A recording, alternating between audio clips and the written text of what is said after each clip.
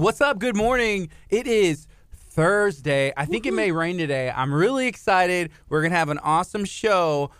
And I have to say, first things first, I'd like to give a huge shout out to our partners, friends, for providing me with my wardrobe today. I got Premier Martial Arts coming through in the clutch. I got Furniture shirt. Zone koozies. We're so excited that people just give us our wardrobe for the day. Yeah, well, you know, and your Bang energy drink is excited that its wardrobe was provided as well. So anyways, no, thank you to Premier Martial Arts. We love you guys. Olive Garden's Premier Martial Arts. They have 3 locations. Thank you to Furniture Zone. We love you all as well. We were hanging out with Stephanie yesterday while we were filming our Taco pilot episode. I'm so excited about Taco. I can't stop thinking about what this is going to be. I was again getting ready for bed last night, daydreaming, making mental notes, and just better ways that I can communicate with you, so that way we can get on the same vision and make this the talk of taco that's in my head. One thing that I really like is yesterday people got a backhand approach to what we do behind the scenes, and it's only going to get better. What do you mean a backhand approach? When I think of a backhand, I was like, are you thinking about like backhanding me across the head? Okay, we got 10 seconds. We might as well go on the FM. Let's do this. I'm excited. What are you guys up to today? Let us know. Good morning. This is KHEA Radio 99.5 FM. This is Kickstart. I'm Gardy. And I'm Curt. It's a Thursday morning. I know that you're going to have some fun today. You know why? It's Thursday. It is Thursday. And they're listening to Kickstart. Yes. Woo-hoo! Yes. You're going to have fun today because we're going to have fun today. And we're going to spread the fun across Galveston, Harris. We're going to spread it across the world. And today is going to be a good day for you. I believe it. You know, one of the things that I'm really excited about KHEA Radio is we are not just a Galveston County radio station anymore. We're not just a Harris County. We're of Wait. And Brazoria County. And Brazoria. Okay. We're of the world. Oh, we're the World County radio Woo! station. You know what? I'm comfortable with us being the official radio station of the world. You know I what? like that. I just accept it. Hey, shout out to Ashley watching from Louisiana. Our friend Ashley said, I got a new phone and service, and now I can see all clearly and no cutting out. I can see clearly now. I appreciate that, Ashley. And I appreciate your phone carrier. What kind of service did you switch to? Let us know. AT&T. Hey, that's what I use. That's what we use. In my opinion, that's the best. I used to work for AT&T. Shout out to those guys. This is KHEA Radio 99.5 FN. Good morning, Chris. Good morning, Solion. Good morning, Curt. I see that you tuned in. Good morning, everybody that's taking the time to join us today. If you're listening at 99.5 FM, stay tuned. You're in your car. Buckle your seatbelt. Strap it in tight because we're going to have a lot of fun today. I'm so excited about what's happening right now at KHEA Radio and what's going to continue to roll for 2019. I feel like people have made a really wise decision this morning. Like if you got up and you said, you know what, I'm going to tune in to KHEA Radio. I'm going to put it on 99.5 FM. I'm going to put it on KHEAradio.com. I'm going to watch it on Facebook. Mm-hmm. They have made the best decision of their life. And maybe you're going back and watching this later, and that's also a good decision too. Hey, look, she went to AT&T. AT&T, that'll do it. Official sponsor. What's up, unofficially. What's up, Johnny Blade? He said, hey, KHEA should have some UPW personalities on a new future show. That's a possibility. That is a possibility. We can make anything happen here. Hey, let us know. What other kind of guests would y'all like to see? We do enjoy wrestling, professional wrestling, amateur wrestling, Olympic wrestling, all kinds of... What other kind of thumb wrestling? Any wrestling, I'm down. Remember our thumb wrestling that we did was with JJ Blake and Will All. No, it was. Oh, Will All Day. Rex. No, it was Rex. Okay, Rex. One of those. I'm just three. going through. It was Gino. It was Gino. Booker T. No, it was definitely Rex. Rex brought in the little thumb things. Yeah, Rex Andrews. He's the current and reigning Reality of Wrestling heavyweight champion of the world, and he brought us. He brought us these thumb wrestling little mats you put on your thumbs and you thumb wrestle with them. So shout out to him. He's holding it down over there for Reality of Wrestling. We are big fans of wrestling, and they have a match that's going on this weekend as well, Saturday. Yeah, Saturday. We're super excited to be partnering with Reality of Wrestling and all that they're doing. It took forever for us to finally get that official sponsorship with Reality of Wrestling, and we got it. Boom. Boom. They messaged us yesterday, hey, what do we need to do again? And I'm like, you need to do X, Y, and Z. And your official sponsors. Yeah. So we knocked it all off. So we got 2 official sponsors of wrestling. We're waiting for that WWE phone call. Any day now. You know, Mr. McMahon, we're going to get that Triple H phone call. Hey, my phone's right here, 346-704-1806. Send me a call. Send me a text, whatever happens. You know, Mary said pudding wrestling. We got some mud wrestling. You know what? Why not? I don't know. Pudding is good. Pig wrestling. Is that a thing? I don't know. You mud wrestling. Ethan from Ethan's Kentucky. looking. He's like, I'm from Kentucky. We do that. You know, I want to go wrestle a pig. You know, when the pig's acting up and he's not going into his pig pen, you got to just give him a little headlock, right? Do you think who's going to win? Ethan or the pig? Ethan or the pig? The pig. Ethan, I mean, Ethan. Ethan for sure. Okay. Only problem is you can't put a pig in a headlock because they don't have much of a neck. You know what? Like, at all. That would be difficult. And if it's a smaller pig, you can maybe get him around the belly, but pigs aren't known for being slim. Exactly. Slim piggin. Slim piggins? Slim piggins. Hey, anyways, shout out to Furniture Zone. Shout out to Al Garza's Premier Martial Arts. I am excited about the show today. Me and Curt are rocking some swag that we have gotten from them. This is KHEAradio.com. If you're watching on Facebook, I'm going to ask something from you. This is going to be a little difficult, but I know you can do it. Go ahead Brace and yourself. Smash the share button on this video. Let's get some positivity out into the world today. I'm excited for all the things we're going to be talking about. Curt, we have a Chick-fil-A video that is fresh. It just dropped. Let people know what they're going to be able to win. Yeah, you have a chance to win.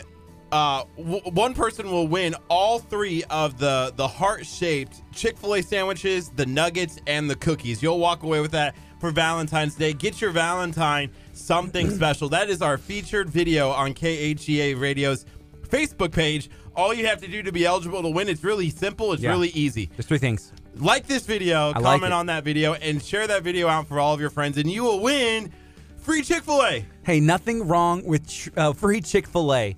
You know, there are two big dogs in the room whenever it comes to fast food for me, and I feel like most people in Texas would agree. Can you guess what those two fast food places are? Chick-fil-A. Okay, that's one. And you're gonna say something really foolish right now. I was gonna say, what's that place in California that really don't good burgers? Don't you say it. You know, I've never had it, but don't you say it, Curt. It's In-N-Out. That's your In-N-Out burger. No, the answer is not In-N-Out. The correct answer would be Whataburger. I was gonna say the Good Burger.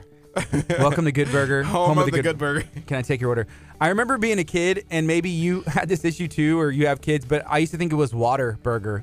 Like, I want to go to Waterburger, you know, and I called it that for a good, probably like 10 years of my life, and then I learned to pay attention to the sign. I don't know, someone's like, it's what a burger. What a burger. What a burger. Or what a chicken. Or what a chicken. And then it's like basically Chick-fil-A. I heard somebody call it water. It's not burger. quite. Yes. Why? Water whenever I was the kid, Burger. Whenever I was the kid, that's what I thought it was. It was Waterburger to me. Does anybody else go through that? Let me know. Let me know. Was I the only one? Maybe so. Waterburger. Waterburger. You know, here's the funniest thing: is my first experience is in Texas. The person that was taking me around that I had just met wasn't me. They were like, "Hey, you got to go to this place. You got to go to this place." You know, the two places were Whataburger, and I was like, "Okay." The second place was Buc-ee's. We had to go to both of those like on day one of me being in Texas. Buc-ee's is no joke, man. Were you impressed? Were you like, oh my gosh, look how massive? Which Buc-ee's did you go to? I went to the one in Texas City. Okay. Right? Like, because that's right near us. And, you know, for me, yeah, I was like, what is this big deal? It's just literally a gas station. It's a huge deal. And I go to Buc-ee's all the time now. And I feel like even when I'm on road trips, I have to stop at Buc-ee's. Okay. I thought you were saying now that it's like, it's just a gas station. What's the big deal? Buc-ee's is so much more than a gas station. Buc-ee's is Buc-ee's. You know, like you can't. Yeah. You can go to Buc-ee's and get like all your Christmas shopping done. You can go to Buc-ee's and get like all the birthday shopping, shop for holidays. Grocery shopping. You can get like gas is the last thing I'm getting if I'm going to Buc-ee's. I don't think I've ever filled up at Buc-ee's. I mean, you filled up your belly. Like filled up my belly. You got the. Oh man, what's the are you talking about beaver nuggets or beaver nuggets? You got the pork rinds, you know, all those things. They're really, really good. Yeah, turkey jerky. They have a full array of everything there, and you can actually get it made. If you haven't been to Buc-ee's or if you've never been to Texas, maybe you're watching from somewhere else in the world, you got to get down to Buc-ee's. By the way, this content was not provided by Buc-ee's. We don't partner with Buc-ee's. But if you'd like to partner with KHEA Radio, Buc-ee's, then what? We'd love it. How would they do that, though? Could you see the T-shirt with the Buc-ee's? Just supply our wardrobe. Bucky Beaver? The Bucky But Beaver. I'm asking you a question, Kurt. You're not listening to what I'm okay. saying. I'm so sorry. If Bucky's wanted to partner, how would they do that? They have to either give us a phone call at 346-704-1806, or you can also email us at KHEA@KHEAradio.com. Ethan, I see you're laughing over there. Can you just give it, like, you're sitting closer to Kurt. Can you just kind of give him a little pop on the back of the head? For just to what? No, we are not a violent program. We are a positive radio station. Thank you, Ethan. You're we the best. never support violence in the workforce. Weren't we literally just talking about wrestling? Hey, you know what? Okay, so Mary said, "Do you like to waste money?" They have the least expensive gas in the county. So shout out to them. I didn't know, but gas right now, It's cheap. the prices are pretty good. I like it. It's pretty awesome. I filled up the other day for like $20. The Jeep Compass, bad boy, got like $20, and I was like, "This is awesome. I'm full of gas. I'm ready to go." Are you talking about you or your car? Like you went to I knew you were gonna say. I was like, Well, the way that you came word off that- wrong. the way you word things. Sometimes you just are you're like Shakespeare with the English language over here. Dang. It just flows out your tongue. It's what the Beaver Nuggets do to him. I mean, Dang. Oh. Well, there you go. All right. So right now it's 8:42. This is KHEAradio.com, 99.5 FM. This is Kickstart. We're going to be on till 11. We have a couple of guests coming in. We shot an episode of Talk of Taco yesterday. That's going to be coming out in the coming weeks. Oh man. I'm very excited about that. But the two people that allowed us into their home to shoot that video, they're going to be in studio. Yeah, they're coming in. You're at weird, Kurt. 10 I'm o'clock. sorry. I just gotta say that. I was eating the taco. Okay. At 10 o'clock, they're coming in to talk about photography and stuff, but we actually filmed our first segment of Talk of Taco. It's going to be part of our TV show that we're still mapping out and planning out, but we're so excited about tacos. We are on the hunt for the world's greatest taco. Yeah, if you know where it is, go ahead and tag them. If you know somebody who makes some delicious tacos, owns a restaurant, works at an establishment, has a taco truck, just pop-up shops, it doesn't matter. Tag them because we want to go meet them. We want to be able to taste the food, get it on video, and share what they have going on. That's kind of what we're about at KHEA Radio. We like to find people doing something positive, people doing something good, delicious, making a difference in the community, and we want to shout it from the rooftops what you guys are up to. So let us know so that way we can spread the good news. One of the things that I had this epiphany last night of, I was like, man, This better be good. Where did I have the best taco? Okay. Right? Like in my entire life. And I had forgotten about this place. It's called Cali Taco. And it's in Omaha, Nebraska. It literally is so good. Here we go again. It literally is the best taco that I've had in my life. So I was thinking, Cali Taco in Nebraska, is the best taco you've ever had in your life. easy. The shell that it had on there. Kurt, this show, you know what, Talk of Taco, I feel like the idea just like went, No, boom. I'm dead serious. But what we could do is we could go and have the Cali Taco. Because Talk of Taco in this TV show, we're not just on the hunt in Galveston County and in Houston, right? We want to find the best taco in the world. Am I wrong? You're a little wrong because we're leaving out Nebraska and we're leaving out California, and we're gonna find the best taco everywhere else, and those we're just gonna be like, okay, guys, give them a pat on the back. Okay, but for me, I've never had a better taco than at Cali Taco. And I literally had to think about this last night, and that was on my head. I'm like, I gotta go and have this again because it literally is amazing. Man, you say so many foolish things throughout the day. I don't know how I deal with it. Ethan, You haven't had it, I need so how moral do you support. know? I just know. Okay, Ethan, what do you think? Do you think they make the best tacos in Kentucky? Where have you had the best taco ever? That's tough. Torchy's is pretty good. Torchy's is good. I love that place. Sure. It was like the first restaurant I went to after moving down here. But aside from that, I haven't had many like any taco trucks, mom and pop shops, anything like that. Yeah. Since I've been down here, I've only had like chains otherwise. Yeah. I have. Okay, so I just want to say this. Like, I have not found a good taco truck that I like their tacos. Like, I'm talking like authentic, like at a gas station you walk up and get a taco. Because in Houston, that's what they're at. They're at like gas stations, Sometimes. or they have their own What's little wrong? spot. You say these things, and we've been to so many taco trucks. We've been to so many restaurants, and like whenever I hear you say this, I feel like you're bashing all of those. I'm not places. bashing them. I'm just You're saying just like that I've never had a good one there. Like there's so many places. I'm I've been just to. looking for the best taco, and I feel like that's not where I'm getting the best taco yet. I haven't found one, so maybe they could tell us where a good spot is, and we'll go check it out. Who's they? The people watching? The people watching. Or like the taco truck that you're talking bad. Like, can you tell me somewhere else that has a better taco? Yeah, both of them. Well, I you know what? We have some people weighing in. They're saying, Kurt, stop talking. You know what? I'm one of those. And yesterday you said some things, and I almost had to mute the mic. But we're going to keep it rolling. We're going to keep it going. I am excited. It is Thursday. Hopefully you're having an awesome day today. Feel free to share this out if you're watching on Facebook. And, I do need to say this, excuse me, before we get too far. So it's my daughter's birthday. She's 2 years old. So happy birthday, River. I love you. Maybe you're watching. Probably not watching because you'd rather watch like Moana or like Frozen or something. But sometimes she'll just be like, oh, turn it off and then or whatever. But yeah, it is my daughter's birthday. So time has flown by. She's already 2 years old. I can't believe it. So Kelsey also said, can you all wish Kyle good luck at the dentist? Kylie. Oh, sorry, Kylie. Good luck at the dentist. We are in the parking lot about to go in. Yeah, good luck. I have a dentist appointment on the 11th. Kurt, we were talking about this the other day, and you were mentioning, hey, I don't have dental insurance. I'm not going to the dentist. And I was like, Kurt, just go to the dentist. It's like you can find somewhere to go like out of pocket where it's not that bad. Yeah, a couple $100. Yeah, for sure. Yeah. And then I also saw here, Ashley said, y'all say prayers for my daughter praying. It isn't flu. She's missing school today. Yeah. Kurt, you mentioned how you used to fake being sick. I'm allergic to red food dye. So like and Kool-Aid, Gatorade, stuff like that. So when I was in school, to get out of school, I would drink fruit punch Kool-Aid in the morning just so I didn't have to go to school that day. I wasn't really sick, but I would, it takes that putting the thermometer up next to the lamp to the next level. Well, you're pretty proud of yourself for that one. I am. It was great. Don't ever tell my mom I did that. Yeah. We should call her sometime. We could. Yeah. We tried calling someone from Chef's Table Charities last night. We were trying to set that up, but they're so busy. I know she was watching earlier. She may still be watching, but they have a ton of stuff going on. She's still working with the restaurant, Katie Seafood House.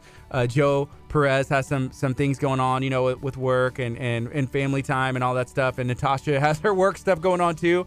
But talking about phone calls, that's just another one that we need to hopefully get someone in studio soon or get them on the feed through the board. They're doing that Kindness Rocks kind of thing, aren't they? Where they're going into the to schools and telling people to spread kindness, because it is Heart Month, and so we're trying to just spread kindness as well and positivity in the community. Yeah, I want to learn more about that. Kindness Rocks. It's literally rocks, and they're trying to spread awareness and have that be a reminder and going into schools, which I'm excited to go into Clearview on Monday. We're going to be doing some stuff after the show, being help, talking to the kids, hanging out, and playing games with them. They're going to be doing bingo, Disney bingo, so we're going to be there as well on Monday. I think I have to show up in my hot dog suit, right?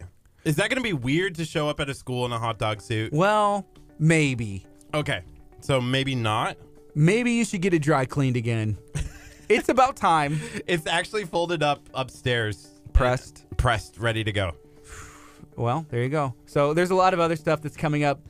Let's see. There's some other things like at Butler's Courtyard on Valentine's Day. If you haven't heard, we're trying to get the word out about this because it's really neat. They're going to be doing weddings, which I know you're shocked. You're like, what? Butler's Courtyard's doing weddings? They always do weddings. Yes, but they're going to be doing it for a ridiculous rate where if you're planning on getting eloped, married, maybe going to the courthouse, justice of the peace, this is a better option for you. I will say that. We're going to be putting on some information, some graphics about Butler's Courtyard, but it's a beautiful venue. We partner with Butler's Courtyard, and we're excited to be able to share this opportunity that you're going to be able to take advantage of. Ethan, you were asking earlier, you're like, why would somebody, because they're going to be doing these quick weddings. It's going to be like 15, 20 minutes, right? And you're like, why would somebody want to do that? But that's way beyond me, man. Yeah. How old are you, Ethan? I'm 17. Do you have plans for getting married one day? Yes. Do you know who the person is? That's confidential. Okay, so maybe you can go ahead and put a deposit down and start saving for that wedding, because weddings can be expensive. Oh, I bet they can be. Have you started thinking about that at all, or like even saving for a ring like one day? No. Man, you need to get on the ball. If this is confidential, like if you're potentially getting, know the person, you need to start saving. It is about $12,000 to $15,000 at a minimum for a wedding. That Like eloping, anywhere, eloping doesn't sound so bad now. Yeah, it doesn't, because it's a better option pocketbook wise. Also, not just counting the wedding, your ring is really important too. How much is that? It's supposed to be 3 months of your salary? Those are rules. Oh man, those are rules. So Ethan, how much? Ethan's like, man, I'm good. He's like, I make nothing. I'm good. I don't have to pay for anything for the ring. Yeah, those are rules whenever it comes to getting married. But those are like traditional things. But whenever you find the person and it's the right fit, sometimes those things can be worked out, or you can be like, hey, this is what we can do now, and then in the future we can get new ones. But those are things to consider. Valentine's Day is coming up. It's the month of love. We're talking about how it's Heart Month. We're talking about Butler's Courtyard and the opportunity that, Curt, you could get married on the low. On the really low. I can't even say how much it's so low. You won't believe me. Yeah, and then you also get a photographer there that's going to take pictures. The justice is there, so you could sign off on all the documents. Yeah, photographer, that's included. You're also going to be able to invite friends and family. If you haven't been before, I recommend go checking it out. I see Jason Singleton said, I'll be at Butler's Courtyard tonight for an open house. Apparently there's an open house tonight. Why not check it out? You can see what you're getting into and all the different places where you have the opportunity to get married. Did you see that Butler's Courtyard was on the news last night on ABC 13? For this? For their wedding thing. Yeah, and you sent them a message. You were like, hey guys, don't forget about us now that y'all are big time on ABC 13. That's what, KTRK? Yes. It's not KHEA, but shout out to Channel 13. We love our local news sources, focusing on our local area. But Butler's Courtyard, they would never forget about us, right? Well, there was a different person who went on national TV, and now they just don't have time for us anymore. Who are you talking about? Chef Mary Bass. Are you serious? No. Mary is working hard, and she's doing so many positive and cool things in the community. And that's what we like. Whenever our friends and people doing cool things that we like to share about, and then it keeps rolling. It keeps rolling, and then that megaphone and their message keeps getting spread. We love whenever that happens here, at KHEA. But yeah, if you're looking to check out Butler's Courtyard, you can go to butlerscourtyard.com. Give them a call, 281-557-5551. They're located in the historic downtown League City area. Been doing some really cool things for years now. In the League City and all over this area. I'm excited for Butler's Courtyard. When you say that, is that because you're going to be getting married on Valentine's Day? I don't think so. No, I'm not one of those people that just get married to get married. You got to get married to the right thing, the right woman. You got that is important. At the right time, in the right place. Yes. Yeah, so Jason Singleton said the van will be. I think he's talking about the van. Oh, man, we need to talk to the van. The limo, the van. Jason, call us. After the show. Yeah, not right now. At 11 o'clock, 346-704-1806. We have an idea that we're doing in the month of April. Yeah, and there's some other things that we're working on, in April, May, June. But we've been working hard. We've been making calls. We're trying to give away a cruise. Is anybody interested in potentially winning your cruise? I feel like we're getting close. You know what? And if you keep calling cruise places every day for 7 months in a row, first of all, they stop returning your phone calls. But what you do is you fill up their voicemail boxes. You start sending emails. You start reaching them, showing up at the door and knocking. And then they have to. They're like, hey, I guess we either have to give you the cruise or we're going to turn you into the police. Well, then give us the cruise. Yeah, so we're really, really working hard, trying to make this happen. That's our goal. That was one of our goals for 2019. And it was a goal for 2018, and that one didn't quite happen. So we kind of rolled it over. And we said we're going to keep, we're not going to keep doing what we're doing because that's dumb. It's not working. We're going to double it up. We're going to start doing 3 times as many calls. We're going to start doing 3 times as many emails. We're going to show up with Ethan, with Crystal, start banging on these cruise ships doors, and we want to speak to the captain. And the captain's like, that's not my call, you know. And we're like, okay, where do we go? And so he's like, here, go here, quit calling me. So that's what we've been doing. People are wondering, like, what do you guys do? Y'all just eat all the time. Yes, we do, but we eat and drive. Eat and drive, and eat and bang on doors. That's what we do. But I think in April, special announcement coming from KHEA Radio. That's our hope. Our hope. That is our hope. So Kim said, I need a cruise. I've never been on a cruise. You know what? I haven't either. Me either. I've never been on a ship. I may never go on a cruise, and I'm perfectly fine with that. If we can somehow secure one to give away, I feel like that would be something else better. You know, like, because going on a cruise would be probably fun. I don't know. You know, that's one of the things that people don't understand when they talk to us. They're like, oh, yeah, well, we'll give you guys something. You guys can go. We're like, we don't want to go. We want to bless somebody else with it. And so if we ever have that opportunity to give something away, just know every time we give something away, they offer it to us first. And we're like, no, we don't want it. We want somebody else to have it. But you know what I do want? That wardrobe provided by Carnival Cruise. I'll take that. I'll take that. I'll take it. I feel like we should every day say, like, our wardrobe today is provided by Guess. Guess. Yeah, from Tanger. That's Yeah, I get what Guess. you're doing there. I'll be like, my wardrobe today provided by my bank account in Walmart. You know, like, I got Like, this shirt. I paid for this. But Yeah. we could always just say, like, yeah, no, this is definitely provided by. So Solion has a question. Is the cruise ship going to be the same way y'all have been doing giveaways, or would it be different? That's an interesting question, but we need don't to know fully yet. secure the cruise. But we're working on it. And I feel like we're about to break them, and we're like this close. I'm talking. I mean, if you're listening at 99.5 FM, I'm holding my fingers apart, and it's like super close. So stay tuned. Feel free to share this stream out. Let us know what you guys got going on today. It is my daughter's birthday. We're gonna take a quick break. Happy birthday, River. So in honor of River's birthday, I need a flood of love reacts. Oh, I'm flooding it right now. Flood of reacts for River's second birthday. The big two. Smash that love button, because I think that's pretty awesome. It is. We're taking a quick break. When we come back, we're going to have Keith in studio hanging out, talking about everything he has going on. And I'm excited to be getting into that. So this is KHEA Radio 99.5 FM. Coming up next is Bethel, Shine On Us. Bethel's probably my favorite group, my worship group. That's my go-to. On KHEA Radio 99.5 FM. This is Kickstart. We're going to be on till 11.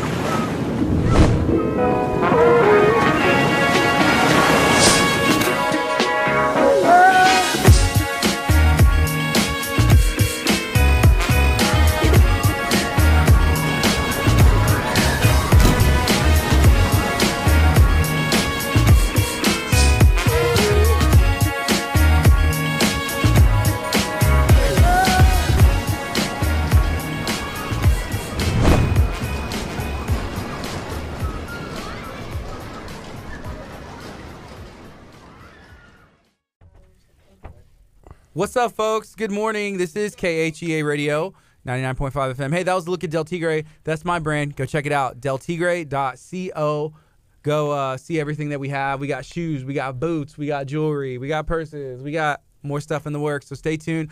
I am excited about the show today for a couple reasons. Curt is drinking an energy drink. Somebody had asked that earlier. And when Curt drinks an energy drink, you never know what's going to happen. You never know what's going to come out of his mouth. Sometimes it's good, bad. Sometimes it doesn't make any sense. But for me, That's a good one. That's a good. it keeps us on our toes. I remember I had a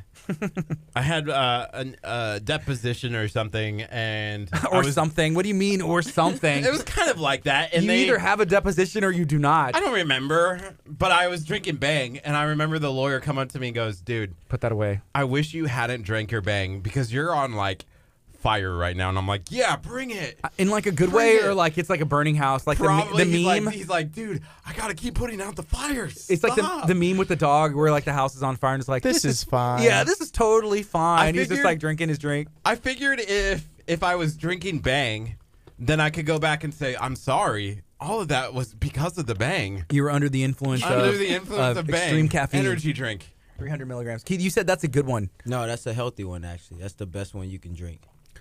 Because the stuff they added, that it's added or left out? Well, Or? it's both. Mhm. Both. I was about to say the stuff that's left out. They're having it's no sugar. Yeah. You know, and then they put like other things. Kurt, you're gonna turn into a beast with that, man. As long as I'm It has- jacked and ready to go, all Dude, I you need. drink enough of them, man. You're gonna be ready, bro. So you're saying if he drinks enough, he's going to turn into a man? Oh, oh dude. I tell you what, I didn't say I that. didn't have Bang for like the whole first part of this year, so like the whole month of January, and I tell you what, I missed it. I took a sip of it the other day, and I was like, oh man, Bang, it is amazing. I've drank 2 this year, and last year I drank one like every day almost for the last 3 months of the year or 2 months, right? Yeah. And it helped us in the morning. But we did a detox, we did a cleanse, and part of that was taking caffeine out. Yeah. And It the does first 3 have a days lot of was caffeine. hard. It was hard, but then after we kind of got used to it, and I've had to have a couple of evenings where it's like, hey, you know what? That's my Wouldn't hurt. favorite drink, man. Like you can actually do. I drink them at night sometimes. All Yeah. the time. What's your flavor? All of them. I like the cotton candy one. Cotton candy's good. Yeah, the cotton candy and there's a new one, dude. The peach mango. No, is wait, awesome. there's a That's new peach mango right There's there. a new my one. favorite. There's a Mango. new one. It's berry blast. Berry Blast. It's in the white can. Okay. It's brand. You've new. had that one. It's You've had the white delicious. can one, right, Kurt? That's the purple haze, isn't it? No, Well, there is- it's white with purple writing. Yes. What The is that? Berry blast. Berry something Blast. like I've had that one because delicious. it's the new one, that. right? Yeah. Have you had the coffee flavored one? I They're don't go gross. there. I don't even try it, bro. I don't like- I tried it, and for some reason, I thought it was going to have the carbonation in it. It had zero carbonation, and I wasn't Yeah. used to it because actually didn't shake it either. Because I was just like, oh, normal Bang. Yeah, And then yeah. I looked, and it was like shake before using. So I was like trying to put my thumb over it and like shake it. I was like, maybe I messed up or something, but it's not as good. Like that carbonation in Yeah. there is perfect. It gives you that pickup. I like that. Well, I'm glad. It sounds good in the headphones too. Good Weirdo. job, Gardy. What's that? You know that scene from Shrek? Is it Shrek 2? Oh, with Oh, the yeah. donkey. And Yeah. it's Jesus Jack Christ. Ron, and they're driving to the castle, and Yeah. That's Kurt's new thing. Yeah, he's gonna kill it. Gardy, I feel bad for I you. made a mistake. Yeah, you messed up. It's not my first mistake. Yeah. Mistake 1 was bringing Kurt on this show. Whenever this show first started, and Kurt knows this. Oh yeah, we have rules. Say that again. We have rules Because of him. because of this. You know, and I had to make Kurt's rules. the reason for the rules. Yes, we Okay, have very okay. few rules, and there's probably new ones that are going to be introduced. so that's gonna be one. No more of that sound. It Yeah. sounds cool in the headphones. Does Yeah. it sound good on Facebook, guys? No, probably not. And they're like, Yeah. what is that annoying The show was sound? tough because I was like, I'm gonna get fired, and it's gonna be this guy's fault because of some of the things that were said. Like, well, I was in earshot, and I was a little bit worried. And I was like, afterwards, we had conversations every day. Hey, we probably can't talk about that. Probably Let's can't not say say that. We You- now hire 7 lawyers on staff just to make sure that we're clear. even like They're Ethan. double checking. And Ethan doesn't necessarily know what he wants to be one day, but he could be a lawyer. So right now he's legal, like in staff. So he's 17. He's still in school, interning with us. Okay. Hey. That information is confidential, Gardy. I'm See? your lawyer now, and that's like a legal problem. Okay? Thank you, legal. See, I Okay. won't mention That's that why anymore. he's here, man. That's We why asked he's here. one time if we could get tased, and legal said, no, you can't tase him on camera. You Yeah. can't do that. No. Yeah. Well, Thank God he's when legal's not here, anything goes. Because he has to go to school like tomorrow. So we'll see. Man, so what's been going on? What you been up to? Man, I've been great, dude. I've been working hard, man. Working hard, helping people. Like we talked about last time with the finance and everything. I'm just trying to get this information out to as many people as possible. So I just want to thank you guys for letting me share it with the world, man. Because a lot of people, they need this information. They're not getting it on a daily basis. It's not on, like the Super Bowl, there's so much information being thrown out, so many advertisements, Yeah. but not a lot about, finances, and like we talked about last time, it's boring, Yeah. it's boring to talk about, but it's probably the most important topic you can talk about. Did you see, by the way, yesterday, Cardi B put out, and she said, man, every month I spend $300,000 every month. And On- she's like, on just what? on just stuff. And she's like, Stuff. I try to Shopping? save. Like shopping? Just Stuff. Well, yeah, she just said like that Celebrity stuff. And she's like, I try to save. I try to lower that number, and I just can't. I can't. So that and I was talking about people. I was talking to somebody about this, and I tell them even rich people have financial problems. they probably have more. More. We were talking about this the other day. just last night. Yeah. You know, even rich people, wealthy people, you know, they have financial problems. Now, not necessarily not the same financial problems, not being, you know, not having it. That's not the problem. Yeah. It's like, what do I do with all of this? You know what I Yes. mean? So that's why you'll see like, give you an example. Like somebody like at Cardi B's status would get that much money, then lose it all. It happens often, you know, because of the lack of financial literacy, you know, Yes. or understanding or education or whatever you want to call it. You know what I mean? So like, and that's a good point. I'm glad you brought that up, man. I didn't know that. That's a lot of money. Every month? $300,000 a month, and I'm like, man, I wish I could just even make that in like a year, you know? So she could take that money. I mean, if she would ask me, Keith, what do I do with my money? She could take that money and put it somewhere, dude, and she can triple that, dude. Yeah. You know, she can invest that somewhere, you know, and that money can work for her over time. She's young. Yeah. She's young, man. You know, she's going to live another 60, 70 years, man, you know? So if she takes that $300,000 every month, you know what I mean? Mm-hmm. And, you know, it's crazy. You know, that's one of the things that, you know, when you're talking about like NBA athletes and professional athletes, I guess, you know, they're making a lot of money, Yeah. but they're not going to be making that money their whole life, you know? Right, So like, how do you save for it Right. to protect yourself in the future, you know? Because at some point, You're an injury away. an injury away from not yeah. making money, you're an injury away from, you know, you're even a career away. Like, look at Peyton Manning. Okay, Peyton Manning over the course of his career made X amount of money, right? Uh-huh. He's not making that now. No. You know, like he's not making those in the next millions 10 every years, year. He's not going to be making it in the next 10 years either. No. You know? So how do you save now to protect yourself later? So those nationwide commercials. Chicken parm, you taste so good. Remember those Peyton Manning commercials? Oh, yeah, man. Yeah, those quarterbacks, man, they got all the good commercials. Like They Brett do. Favre in the Wranglers commercial. Remember that? He's Yeah. on his truck in the middle of Mississippi. Yeah, man. Yeah. I don't even think he wears Wranglers, dude. Oh, no way. No way. No. He can't wear Maybe Wranglers. he's like kind of country, like Yeah, laying he on the might. low. He Yeah. might have like 20 pairs of Wranglers. Yeah. That's like the go-to. Yeah, the quarter. It depends on the position you are. Like in sports, and you're an injury away. Yeah, just what market you're But in. you also get all your wardrobe taken care of. Like, I'm sure, like, Brett Favre has never had to pay for a Wrangler pair of pants. That's true. You know, We have Maybe. never had to pay for a Furniture Zone polo Yeah. or a Premier Martial Arts t-shirt. not yet. I have Yeah. 3. Yeah. So on that topic, I actually have a client, life insurance client, and his brother played in the NFL for a couple of years, and his brother still gets like endorsements and deals and checks from them because of some things he did, you know, good stuff he did, and his brother has a lot of money, and he sent his brother to me. He's like, hey, he has, but he's not doing anything with the money. Yeah. You know, he Right. just has it. And he's like, dude, he's making some good money. The worst thing I want him to do is take that money and not invest it. Or Let it sit dead in an account. because he's young too. He's only like 28, 29 years old, you know? So if he, like you said, let it sit dead in an account with inflation, with everything over time, that money can go in 2 different directions, you know, or 3 different directions. You know, either he can lose it, it can stay stagnant, dead, like you said, or it can grow exponentially. Dude, so I was reading this book called The Richest Man of Babylon. Have you guys ever read it? No, not Who's yet. it by? Oh God, who's the name? Who wrote the book? I can't remember. Ethan, I help got us remember. Ethan. And fact check us and get us the author. And make whenever sure we it's get it. legal too. Yeah.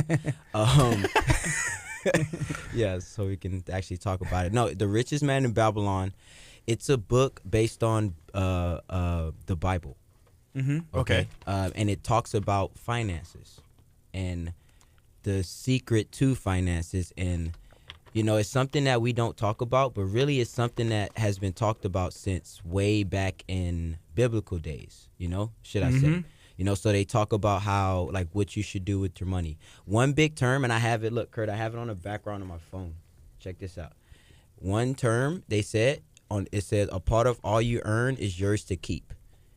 Okay, so what they mean is 10% of everything you make, you should put it away. Mm-hmm. Automatically.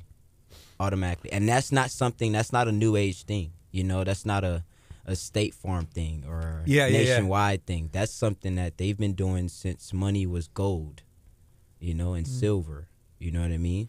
Yeah, and I've heard Pastor Hallam talk about this a lot. It's real. 10% of your 10% tithe.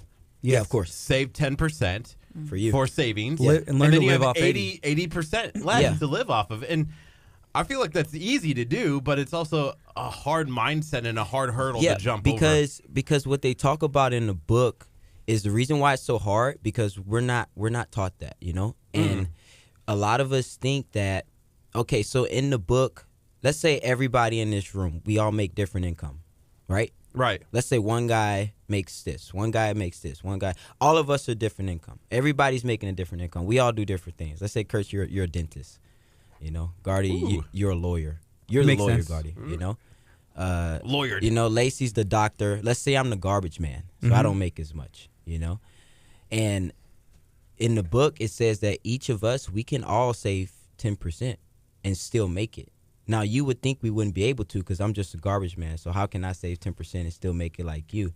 When in reality, they said that what we do, especially in society now, is we match our income to our desires. So no matter how much money people end up making, they end up still living check to check and struggling, because, you know, let's say you're making $50,000 a year. You're going to live on a $50,000 a year, you know, lifestyle. But then when you go upgrade to 150, you're going to start to buy more expensive stuff. So you never get to save. You never get to put it away. Yeah. You know what I mean? Upgrade the car. Yeah, maybe you get a upgrade different the house. You the put condo. your kids in a better school. Yeah. You start shopping Gucci instead of Wrangler.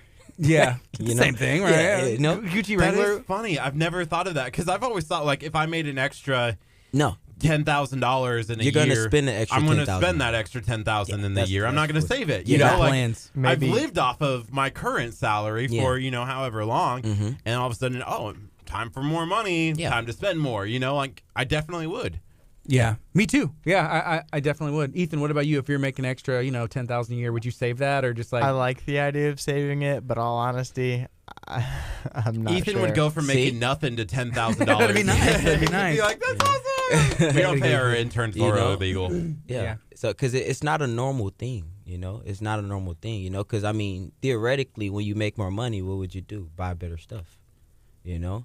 So, in the book, they talk about how, you know, and now I do better. I can have better conversations and educate my clients better, because I'm not only going off of what I learned now, but things that have worked since the beginning of time, you know? And these rules are, and you said Pastor talked about it? Yeah, Pastor talked about, Yeah.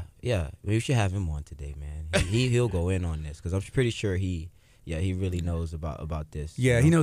he knows a lot, you know, business and finances, and yeah, we should.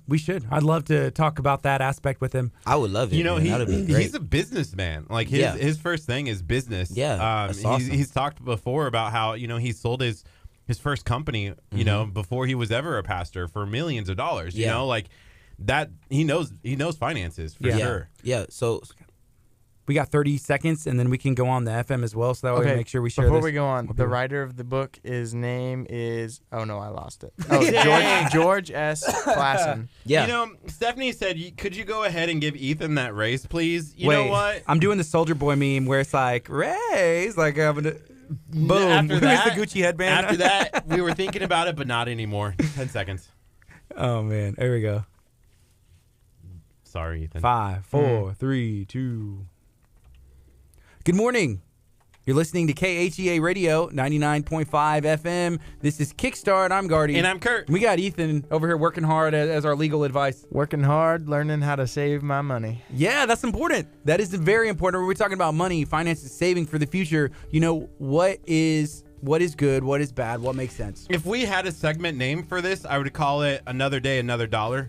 Oh, I like that. Literally, we just made $1. I like it. Yeah. So, we got Keith hanging out with us in studio. What's been going on? Man, I've been great, dude. I love it, man. I love, like I said, man, I love going around helping people, educating people, and I love opportunities like this to help people on a bigger scale. A lot of people listening at one time. I talk to people one-on-one every day, talk to individual families, and it just feels great to know that several people at one time, man, the whole town is getting this information. Man. I love it. It's great. Yeah, we were talking about something earlier, and Curt had mentioned, and I'm not sure where you saw this. Usually, you get it like from the Snapchat, like National Enquirer, or something like that. I got it from Daily Mail. Okay, from Daily Mail. I follow their Snapchat. That's how I stay up to date on all the things that's happening in Hollywood, where I belong. The Cardi B has claimed to spend about $300,000 a month in excess on just like living, right? Right. And she's like, I want to save. But I can't because I'm living my lifestyle and just getting stuff I want to. She has a baby now and travel expenses. I don't know, whatever else. But what could she be doing with that $300,000 a month? Man, she could be doing a lot. She has a lot of options. Dude, she has a lot of options. Yeah. She could take that money. She could put it into an annuity account, and make her money work for her. She can put that money into real estate if she wanted to. She's got $3.6 million per year that she's wasting. She's keeping up. She could have a house. She's keeping up her. I'm sure she has a house, Kurt, but she's keeping. She's not like me. Keeping up her lifestyle. It's like upkeep, and maybe who knows. And I was talking about like the desire versus the income thing. Cardi B's, it's like she can live her desires. She can buy what she wants. But at the same time, she still has enough money to put it away. And even somebody at that status. See, this is the thing. People think that when you're at that status and you make a lot of money, you automatically have financial advice. You automatically know what you're doing with your finances. But you can tell, like Curt said, even at that level, she still doesn't know what to do. Yeah, and whenever you have that much money, you probably have twice as much bad advice. Twice as many people coming to trying to give you, this is what you need to do. I mean, how many times do you think somebody's probably advertised a Lamborghini to her? That's it's like, dude, it's probably a Lamborghini, Yeah. You know what I mean? And I'm pretty sure she does good stuff with her money, like donates and contributes, but that's about the gist of it, when it comes to most celebrities. People have asked me to drive a Lamborghini, and I'm like, yeah, anytime. I think you mean the Lamborghini, like the Oscar Mayer Weenie Mobile. Oscar Mayer Weenie. I still need to upgrade the bad boy. Yeah, if you add an extra $300,000, you would be able to get a car. But if you were, let's say, if you were even made that much a year, you would probably get like a Lamborghini. I could see you doing that. Oh yeah, I would definitely spend more money if I made more money. Yeah. That's an interesting. I've never thought of that before today. So I'm listening and I'm learning. Yeah. Also, you had mentioned something about the Super Bowl.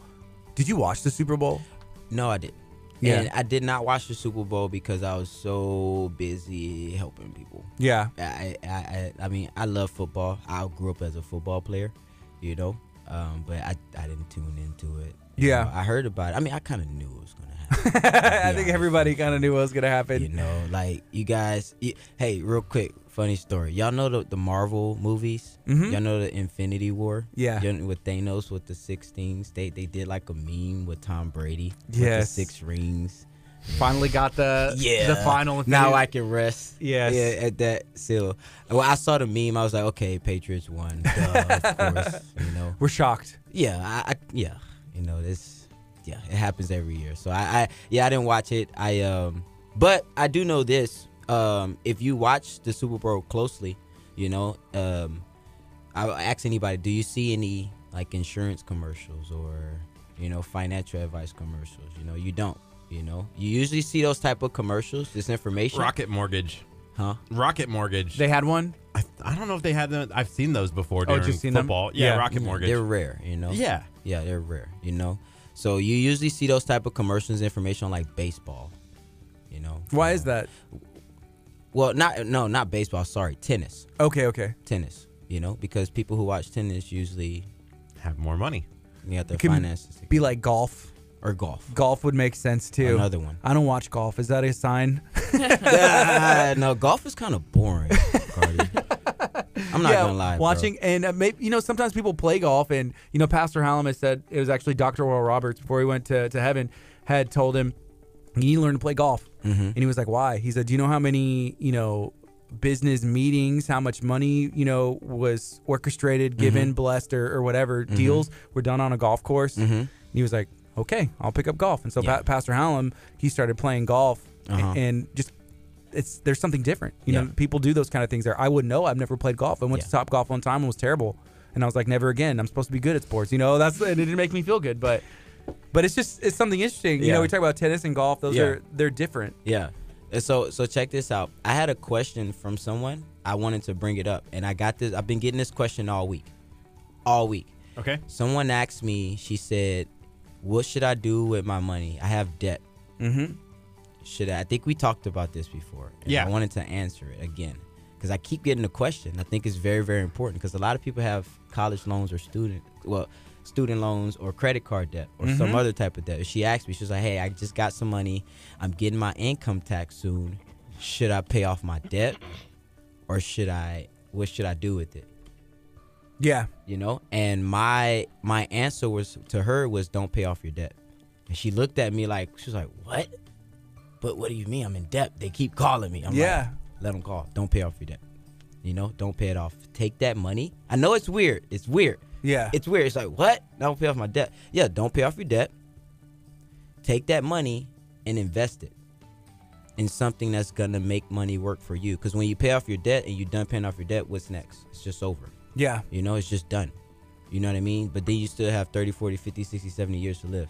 Take that money, invest it. So in 5 years, like I was telling my girl, you have enough money to pay off your debt, his debt, somebody else's debt, his debt, her debt, everybody's debt. So but we're not taught taught that. We don't understand that. And until you really get that information, now I'm obsessed with stuff like this, man. I'm obsessed with investments, because I understand them now. I like reading this book. I recommend everybody read that book, by the way, The Richest Man in Babylon.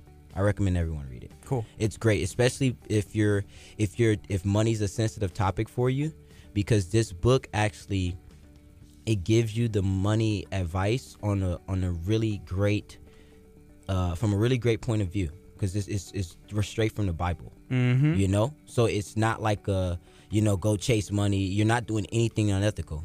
You're doing what they did in the richest city in Babylon. The richest city in the world, which was Babylon.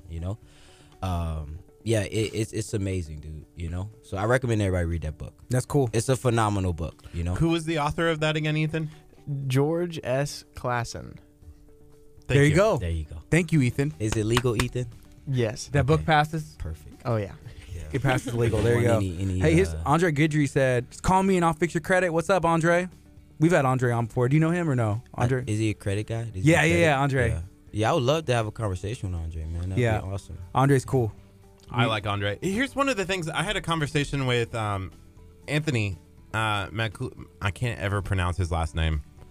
Anthony, he is the GM of the Arms Room over there in Leak City. He's also one of our good friends. He does real estate and a bunch of other stuff. Yes. Shout out to Anthony. Yes, Anthony. Anthony and I were talking about, I want to buy a house. That's kind of been my goal and my desire for the last year or so. I'm not financially ready, I don't think, yet. I'm close. But one of the things that he had talked about was, so I have an average credit score now. Okay. I didn't for the longest time, but now I do. And he said the goal is to have a credit score of 700 or higher when you go to look at a financial investment of buying a house, because he said it's an investment. Right. How can people, for your financial sake, when you talk about not paying off your debt, still increase that score so they can make some financial investments in the future? Well, and see that's another topic, because for me, I don't really look at buying. See, this is where I don't look at buying a house as a solid financial investment. At least not in today's age. Maybe 20 years ago. Now, it's still an investment. You still can make money on that home, but there are investments that you can make where you can make literally 10 times as much as you would make on that home without the risk. Why is that? It's just different products, because homes are when that investment, that money, depending on how much money interest you make on it, is based on the market, the housing market, which just like any interest, it can go up and down, but you can go, there's that floor, you can go under the floor. Under the floor means you can lose money. So you can lose money on that home. A lot of people have lost money on their homes last year in November and December, but when I talk about investments, I mean safe investments where you may not make money every year, but you won't ever lose money. Some years you may make a lot of money on your money, but you'll never lose money. So when I say a home isn't an investment, that doesn't mean it's not necessary. It is an investment. It is a monetary investment. But when I talk about a more educated investment, now some people invest their money in homes for certain reasons, which I'm totally with. I know some real estate guys, they have solid reasons why they invest money in homes, on a long-term aspect, but if you're barely making it, I would not recommend a home, and not as an investment. Your money won't grow as fast as you think, But do you think it's better to have a house over renting an apartment or something like that? No, not in my opinion. Because when you're renting, you can move when you want to. When you're at a home, you're stuck. You know what I mean? And you're at fault to where you're at. I don't want to say victim, but to property taxes and everything. A lot of different things. And like, let's say you get in a financial situation. Let's say you get a good job somewhere else, so you just want to up and go. Dude, that rent, I can cancel the lease and leave, and go move across town or go move to the next state for a better situation for me and my family, But with the home, I can't do that. Yeah. I'm stuck. I think it depends on like what goals you have. Yeah, and that too. Like I said, you're young, you're barely making it by. You want to rent, dude. Yeah. Rent until you get in a situation where when you buy a home, it doesn't matter. You can Airbnb it. You know what I mean? Yeah. Yeah, that makes sense. Makes sense to me. Right now it's 9:27. This is KHEARadio.com, 99.5 FM. Feel free to ask us any questions. If you have any comments or thoughts on any of this, we'll be able to get those answered and asked for you. We're hanging out. We're talking about all kinds of stuff, everything all over the board. Yeah, our financial expert, Keith, is in studio. Keith, talk a little bit about your company and what you guys do. Yeah, so my company, PHP Agency, we're a brokerage firm. So a lot of people, I know you guys know companies like AIG and Nationwide, MetLife, Fidelity and Guarantee. We represent those companies, okay?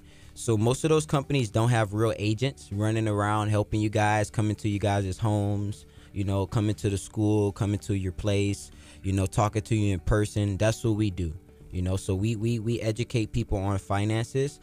Also, another thing that we do, and when I say finances, I don't mean credit or taxes. I mean life insurance, retirement plans, savings plans, investments. Another thing that we're real big on is we help people create income.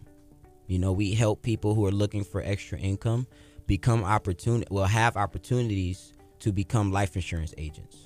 So we recruit, I don't want to say regular people, but we recruit anybody. We have lawyers, we have, college kids that work with us and they do PHP for either side income or they're starting it as a career.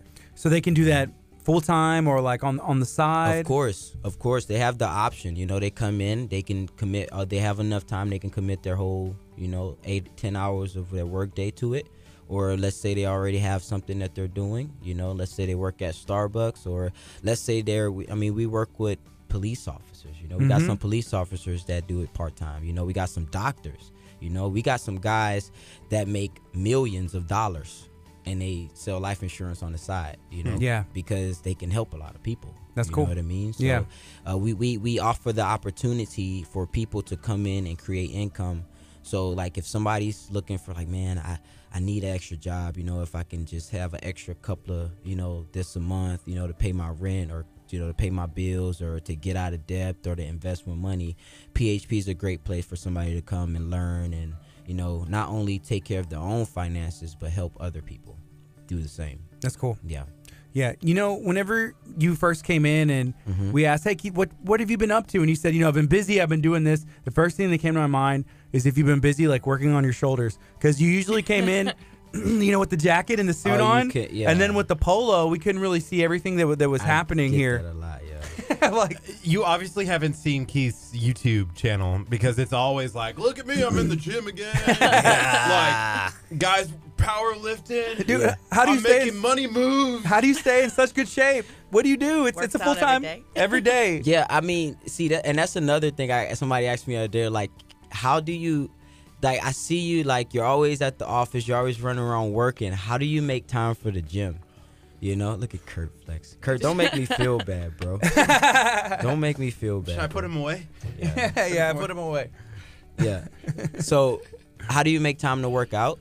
You know, how do you get it done with your busy schedule? Because I meet a lot of people, dude, and I try to, like, because I do personal training, and I'll meet a guy, like, I'll meet a guy at, like, Starbucks. You know? Yeah. And he's a cool guy. He's like, man, you're in shape, dude. Help me. I'm like, sure, man. Here's my card. You know, let me know. And the first thing he says, and I hear this all the time, dude, I just don't have time to work out. Right. You know? How many times have you heard or said that? I know? think I say that every day. Talking Yeah. to Curt, I hear it a lot. You know, I'm going to be He honest. goes, Yeah. "What? How's that training going for that boxing match?" And I'm like, yeah, Gonna get knocked out. I'm gonna get knocked out because I haven't had time to train. Yeah.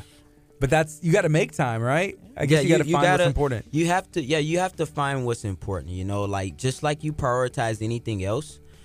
And this is why I say this, you know, not to just look good, you know, because everybody does not want a six-pack. Everybody does not want to be, you know, like 200 pounds of muscle. Some people just want more energy to do their job.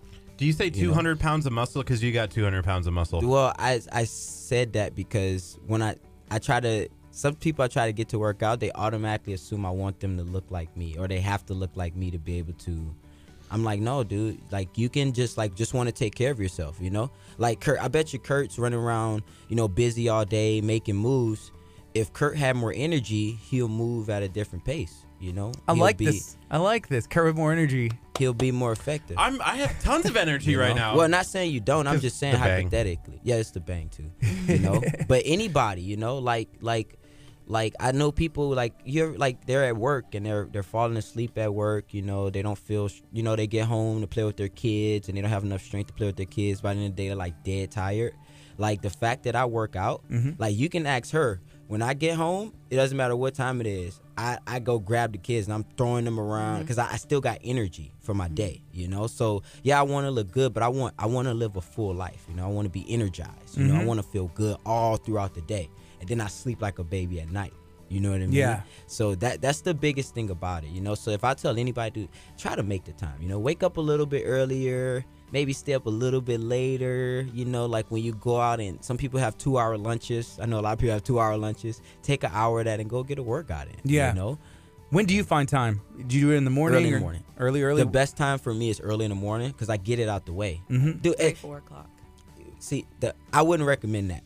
That's what he does. I wouldn't recommend that. I wouldn't recommend 3-4 o'clock in the morning. I just because I have 2 businesses, so I have to fit 2 businesses in my day versus just one. And working out is not in my business plan. That's something for me. So I get that out the way, you know. And I was telling somebody I do performance coaching for people, you know, where I help them with their finances and their fitness. And I was telling the guy, he was like, "How do you be more effective?" I was like, get your personal stuff out the way first in the morning.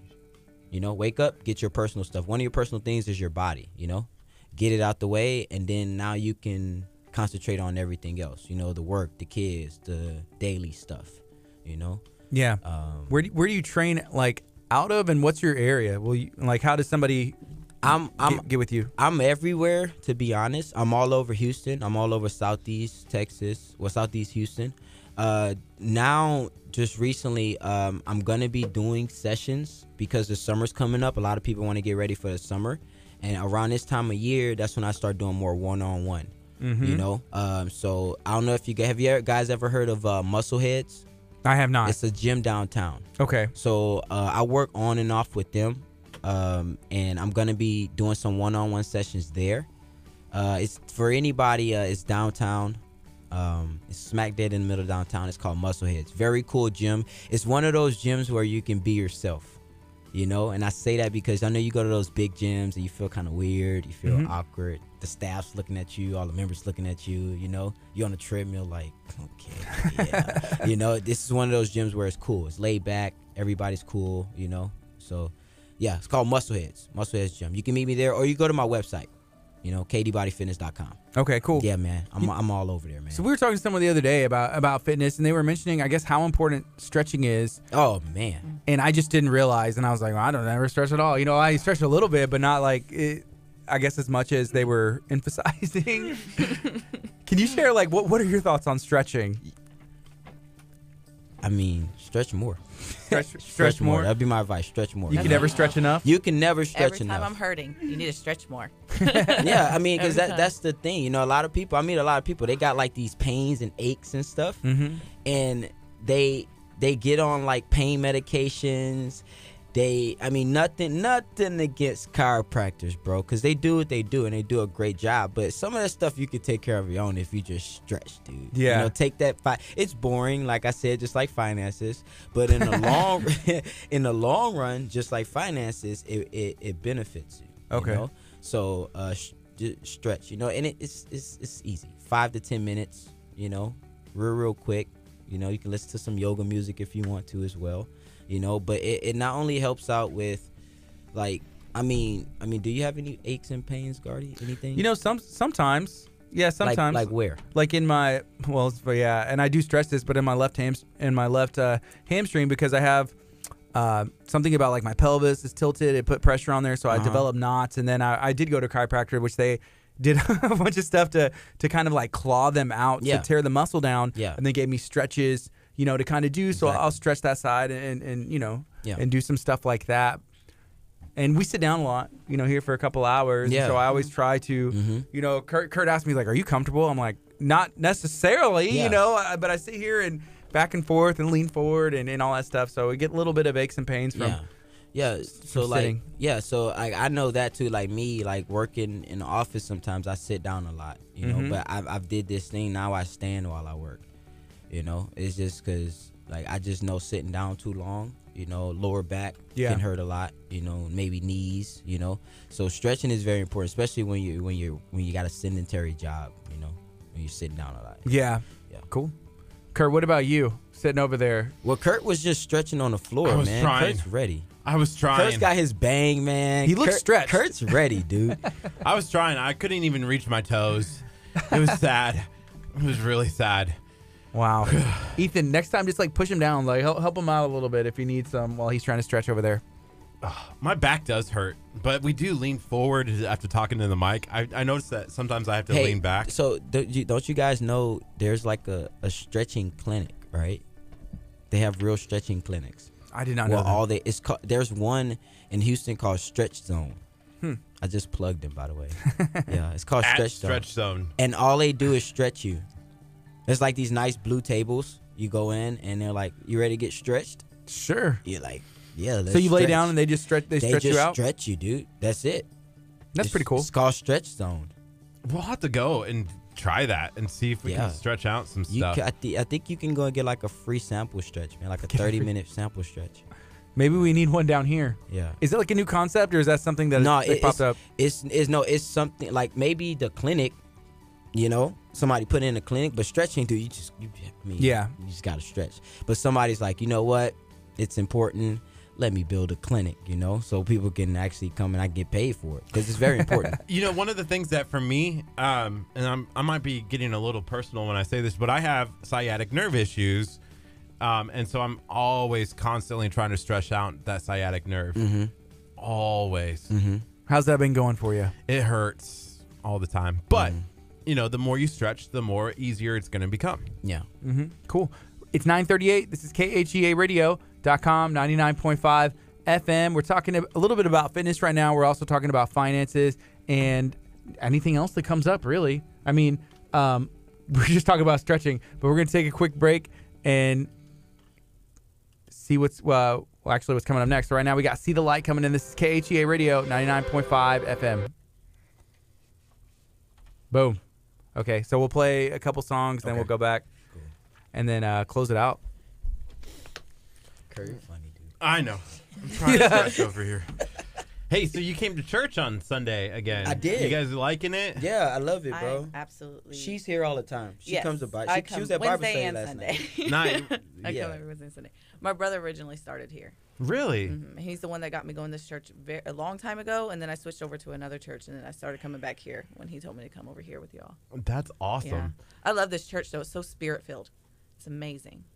Like, there's things that you cannot, like, you can't fight anything when you're here. It's like God's like, nope, I'm here. Yeah. I love when the message speaks. Like, you're like, It does always Pastor does. Hallam like know what's going on in my life? It's really kind of That's cool. why I He keep just coming, listens. man. He listens. That's why I keep coming. I feel like he talks to me. He Yeah. listens to Bro, God. you Whatever know. God gives him, puts out. So Been with me all week. the funny story was, it was that Sunday after, I think that Sunday night or something, you came back again Sunday night. And I think you were looking for me or Gardy. And like the camera off's like, there's this girl looking for you. She needs to talk to you. And I'm like, I was like, who? Kurt was like, he was like, probably like fixing his shirt. He's like, there's a girl looking for me. Like, is my shirt on straight? Like everything else. And I was like, who's looking for? Nobody asks to talk to Kurt. Like, what is going on? And I'm like, and I looked, so like I had the cameras, and I'm like, guys, start painting the crowd. Let me see. And then I saw it was you. I'm like, oh, that's Keith's girlfriend. Like, yeah. Were for you sure. excited and almost like disappointed at the same time? It's like, well, she's spoken for. He was hoping it was like a single lady, like I'm looking for Kurt. She's That's spoken funny. for. Yeah, it was funny. I was like, yeah. And so then And I Keith saw, I was could like, take you. So I texted her. I'm like, Gardy, she came back again. Like Keith and them are coming, and it's great. And then I saw you it's guys on amazing. Sunday. It was cool. Yep. A lot of answered prayers, too. That's awesome. lot That's of answers. awesome. We're there every service. Every service. We have to be. we don't get a miss. Yeah. Well, the first time I came, I was watching Gardy up there the whole time. He was playing the guitar. Yeah, I have a background in music, I suppose, and so that's what I did for a while, just like straight up music, and so Do getting you play any other instruments? yeah, so I play guitar Okay. and then drums and bass guitar. Nice. So I started on like piano when I was a kid, but I just was like, I didn't stick with it, and I was like, I want to play guitar instead, and so then I switched to guitar. Can you do chopsticks? Yes, I can't do chopsticks. Kurt's over there knocking it out. I think I played the clarinet in like middle school. Yeah. 2 months. Did you like it? Oh no, not too much. Hey, I was in band class or something like that. Yeah. And I sucked. I didn't even try. I hated it. I didn't want to do it. Like, Yeah. Yeah. Then they try like teach us how to read music. That's hard. Yeah. That's hard. Can Yeah. you read music? I'm sure. So I can read it, not like, I guess what you say, like fluently. So I learned to play by ear, like the instruments. Oh, wow. Okay. That's but amazing. whenever I started doing choir when I was in high school, and then they wanted us to sight read music, so we started to learn how to do that. Yeah. So like, I mean, but for me, it was almost just like, well, I'm just gonna follow this, and I like whenever you see it, it literally goes up in pitch, so you can see like, oh, or it's a half step up. If you get like the starting note, and then you just realize like, okay, this is, if it looks like this, it means it's this many beats. Man, I If it didn't looks even like this, try, it's this bro. many, and then you say per measure, so it's just like, Yeah. here's the measure, and so you just get the count. So For me, it was one of those things that like, you never know until you try. And with that, I was just like, dude, I don't know. I tried, and it wasn't my I thing. don't want to deal with it, man. It's Yeah. just- I played the violin for 3 years. That's cool. I loved it. How did you get on that? Middle school. Yeah, It was an elective, that's what's up. and I used to watch people play it, and I felt like they looked pretty when they did it. They do, So- yeah. It's just like a very, you can Yeah. look as into it or not. And you could be in a country. So many different ways you could take that. Orchestra, Devil And went all down my to family Georgia. did some type of musical instrument. All of them. We had our own church when I was growing up, Okay, cool. so they ran the whole band. My mom was the singer. Yeah. in it, so got into all that with them. That's cool.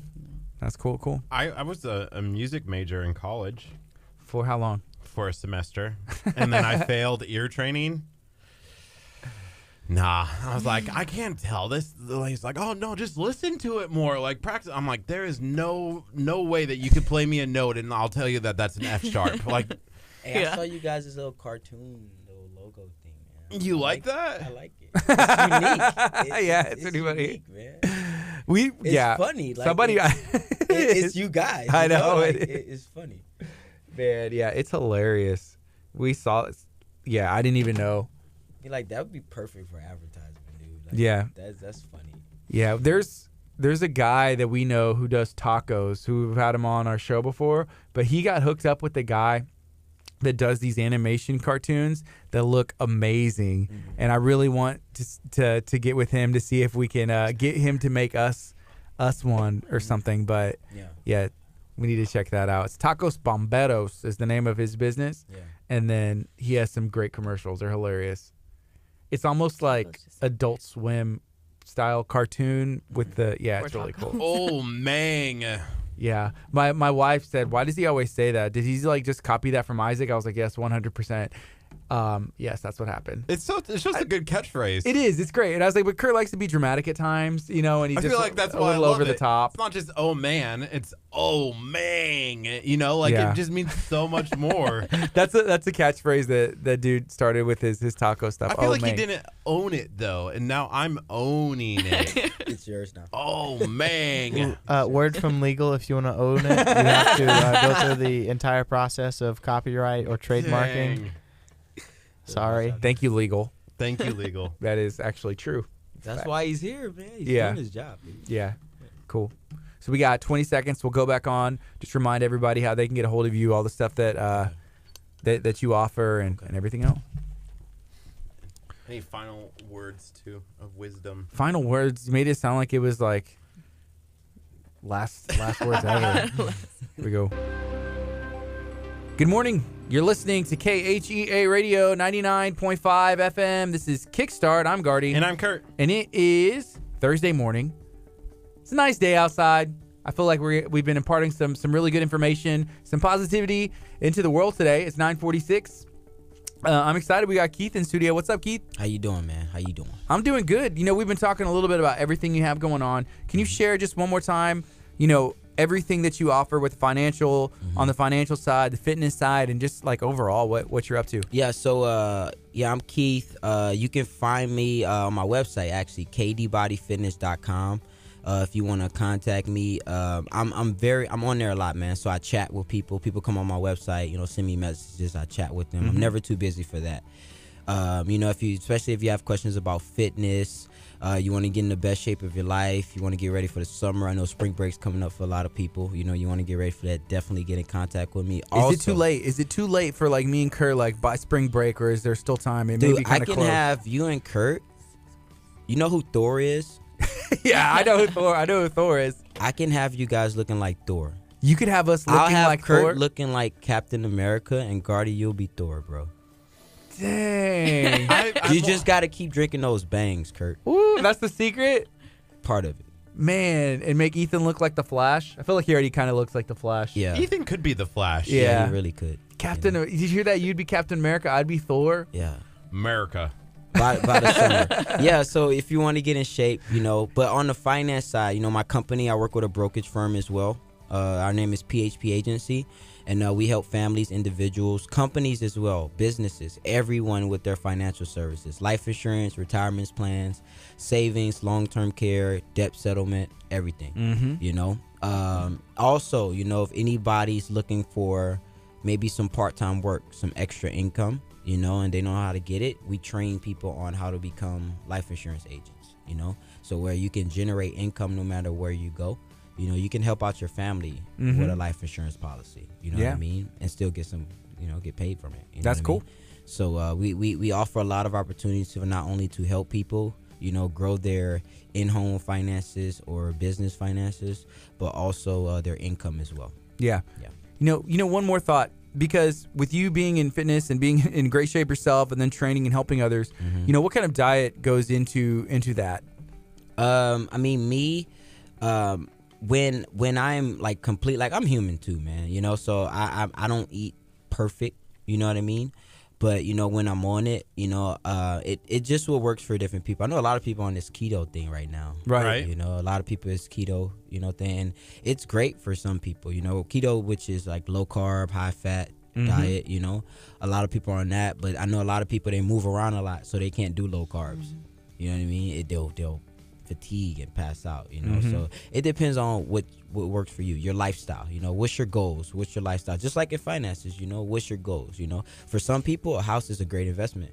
For some people, it's not, depending on your goals. I think you said that, Gardy, you know, depending on your goals. So depending on your goals, and that's what I do. You know, you just come to me, consult with me, find out. Because I know a lot of people that have tried the keto diet and it didn't work. Yeah. You know what I mean? So they're like, dude, it's an awesome thing. It's everywhere. Why is it not working? Or it'll you work till it doesn't, you know, Till and then it you kind of doesn't. like plateau and it's like, okay, what now? Because then the body changes, you know? So, so depending on what you do, how active you are, what your goals are, that will determine what type of diet you need. That's why there's so many different diets. Yes. You know, there's so many. So if you Google what's the best diet for me, you're gonna have a long list of diets. You know what I All mean? the different me's. Yeah. Yeah. Yeah, for sure. Yeah. So like for you individually, but like, could you walk me through, I guess, like an average day or Me? like summer's coming up, you're training, you know, and Okay, what's it look like? so me wanting to get ready for the summer, man, I'm eating lean. You know, a lot of fish, lean chicken, you know. Maybe to do some rice here and there, some sweet potato here and there, fruit, obviously, vegetables, He's you know. lucky. I don't get rice. But, you know, and every now and then I can enjoy a steak, you know what I mean, in moderation, you know, but mostly lean meats, you know. I would say, man, the best diet for myself is pescatarian. Okay. Presbyterians? No, he Jesus. said Episcopalian. Oh. No, I'm just kidding. No, we have our one of our other friends who works here as well, Crystal. Yeah. Usually sit in Ethan's chair when he's not here. She's a pescatarian, and so we Yeah. always go through that Yeah. as well. Well, sometimes. we found out she's a pescatarian when she's not having a business meeting. If they don't have fish, she was like, well, I kind of wanted meat, so she had turkey. You Yeah, know? she like eats, and I'm like, she's like, just don't tell anybody that I'm eating meat, and I'm like, I just feel good when I eat like that. I just feel good, you know, like I feel good, like my body feels good. So know? you mainly like veggies and then like fish. Yeah, and you could do a couple of, you know, grains here and there, maybe some rice here and there, maybe some Like potatoes once every other day, or like what are you every now- thinking? Like it depends on what you're doing. Like if Yeah. you're working out, I'd probably do it like maybe once or twice a day. You know, if you're active. If you're not, it's not really needed. You know? Yeah. You can just do vegetables. You know what I mean? But Crystal just tuned in. Isn't She that awkward? heard. She heard us like talking mess. there you go, man. Yeah, we did a detox and cleanse. That's what I was mentioning earlier. We cut out caffeine, you know, and so I've had like 2 bangs this year, which has been a Right. big deal because last year it was just like, I'm with you, Bang. dude. I'm with you, bro. I was Man. like 3 a day. Yeah. Literally. Morning, noon, and before bed with my dinner. It's a lot of caffeine because It it's is equal a to lot of like caffeine. 3 cups of coffee. well, it's more than, so there's 300 milligrams of caffeine in there, and that's more than if you get like one of the, like I used to drink the Zero Monsters, like the big white can, and that has like 240. Yeah. And so it's all condensed, you know, and that little one, and the flavor to me is delicious. Better. Well, Yeah. well, this is why in those bangs versus the monsters, the bangs don't have a lot of the other things that the monsters have to give you energy, so they have to compensate with the caffeine. Okay. You know what I mean? Yeah. Because they have like the taurine and all that other stuff that's not in the bang. So it has to still give you energy because they gotta Just step it up to make sure. Yeah, so they just add extra caffeine. I added a graphic below for the keto nachos at Whew. Texas Pit Stop One of Barbecue, our partners there. located in Lamarck. Look at those nachos. So what they did is they took out the chips and they added pork grinds, which they make there in-house, and then they put, you know, whatever kind of meat you want on there, whether it's brisket or pulled pork or turkey, and then they add, you know, a lot of people in keto, you know, will do the dairy. So it's the Dude, that cheese. looks good. It looks good. I'm a big pork rind fan already, and nachos are what's up. So I haven't tried it yet, because after the detox, like I decided, only if it's tacos, because I liked how I felt without dairy in my diet, and I liked how I felt without like most grains in my diet. But yesterday I ate a couple tacos, and we were actually going to talk about that here in a little bit. But because I was like, okay, you know, I feel good. I feel good, and I'm going to keep this going for a little bit and just see how it goes, and then adjust with it. So Yeah. so it's all fun. Is there anything else you want to share one more time? Yeah, man. Y'all grab that book, man. The Richest Man in Babylon. Grab that book. That's an awesome book. You know, if you like the Bible, you'll love that book. Awesome. Yeah, it's a phenomenal book, man. Literally, yeah, it changed my life, dude. That's cool. Yeah, We realize that we spend money that we don't even realize that dude, we're spending. it's Yeah. Literally, like total. crazy. And if we stop spending how we're spending, we calculated in 3 years we could have saved $50,000 just by not eating out. Oh my goodness. Yeah. That's it. Yeah, just by not getting McDonald's Yeah. real quick. That's And it. actually Just packing just our by food. not takeout. You know, and that's not even including every all other dumb stuff. Yeah. Not dumb stuff, but all That's other. only I know what you mean, takeout. yeah. You know what I mean? So it was Clausen. I remember that was the last name. That's the only part I remember when we asked Ethan. It's a great. Just type it in. Richest Man of Babylon. It's a very popular book, by the way. Cool. Yeah. All right. Well, thank y'all for joining us today. Absolutely. And we'll see you soon. For sure. This is KHEA Radio, 99.5 FM. Stay tuned. We'll be talking about Talk of Taco whenever we come back. And photography. That's what's up. Yeah, man. Dude, thank you. Yeah, bro. Absolutely. Appreciate it. Nice meeting you. Nice meeting you again. Yeah, I'm gonna be here. I'm gonna be here every Sunday. Good to see you. You know? I love that. That's Yeah, awesome. I love the service, man. It's great. That's like an answered prayer for me. So. There you go. There you go. Awesome. We'll see y'all soon. Bye. I'll hit you up, Kurt. All right. All right, buddy. What's up, Facebook? What's up? We were talking about photography because guess what? Who doesn't love a good photograph? You know, now, if you don't take a picture of something happening, did it really happen? If you don't post it to Facebook, did it really happen? If you don't like post about it on Instagram, it may not have happened. If you have a meal and it's not on Talk of Taco, it probably didn't happen. So we're gonna be talking about photography. There's a couple that we met yesterday. They're awesome. They welcomed us into their home where we were able to taste these delicious pork street tacos. So we're going to be talking about that. We're also going to be talking about their photography businesses. It's an awesome story. And you didn't have an opportunity to go in the garage, but I saw did. it. I saw it as we were walking out, and I really thought it was really kind of cool. Yeah. So what? Solion said Gardy is that guy. What does that mean? That guy as far as what? So the comment she said before, I don't want to know anything about a personal trainer for a group while my body is still sore. On day 3, I start my police training today. That's what's up. Hello. Good to see y'all again. Good to see you, man. Good to see y'all again. It's been so long. Oh, yeah, I know. Here's your battery. So when you film, sometimes you leave things behind. No, I know. I've done it. There's been many times I've had to go back to some place and like, oh my God, I hope somebody didn't pick that up. But Yeah. I don't think I usually leave like big ticket items. It's always the small, like done- lavalier clips or this. I've I left saw the that. lens before. I have left a lens also.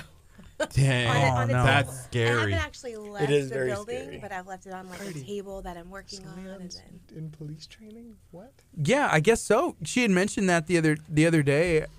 I know she got accepted. I'm not really sure how that works, but I'm interested in learning more. She's coming to arrest you, Ethan. What? What, police training?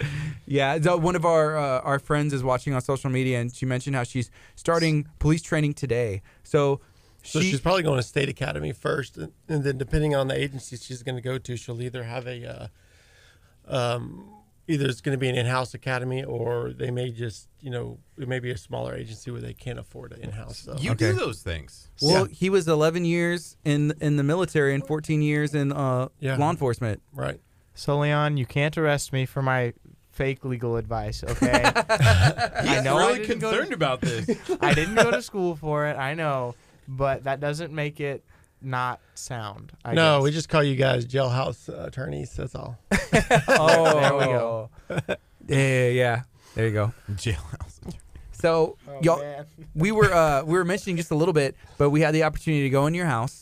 Y'all welcomed us in. Do we need to put these? I on? hung out. You don't have to. You can if okay. you want to. But we hung out. I got to hang out in the garage. I was telling Kurt he should be jealous because I got to see the Yeah. garage and all the cool stuff in there. But he said, "Well, I got to look in it." I was like, "It's not the same."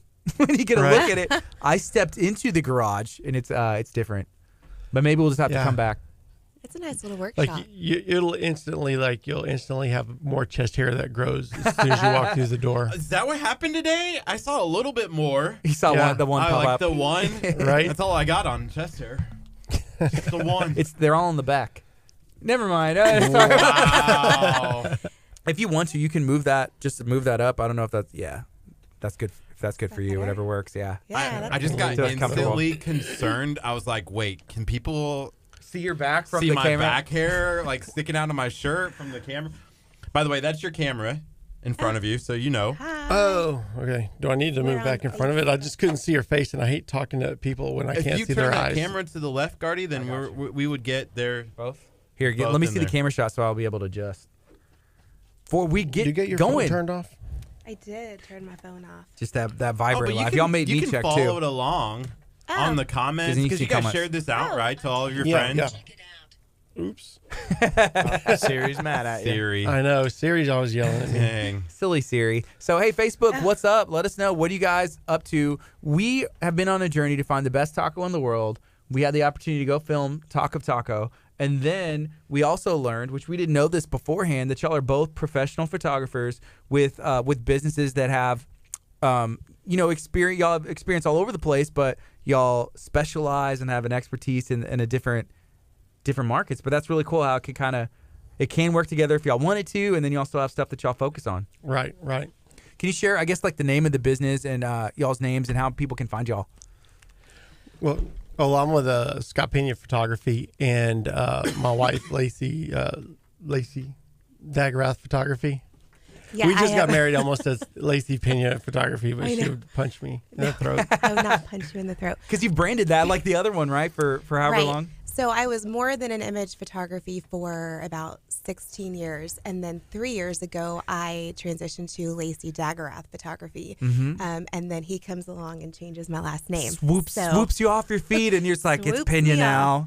I know. And So it's I'll really not that probably- hard to change. I used to be Studio 50 Photography back when I was a cop shooting, and then I changed. When you say when I was a cop shooting, you're going to have to, Yeah. clarify. Film, Gardy. Well, that's what it. I don't know.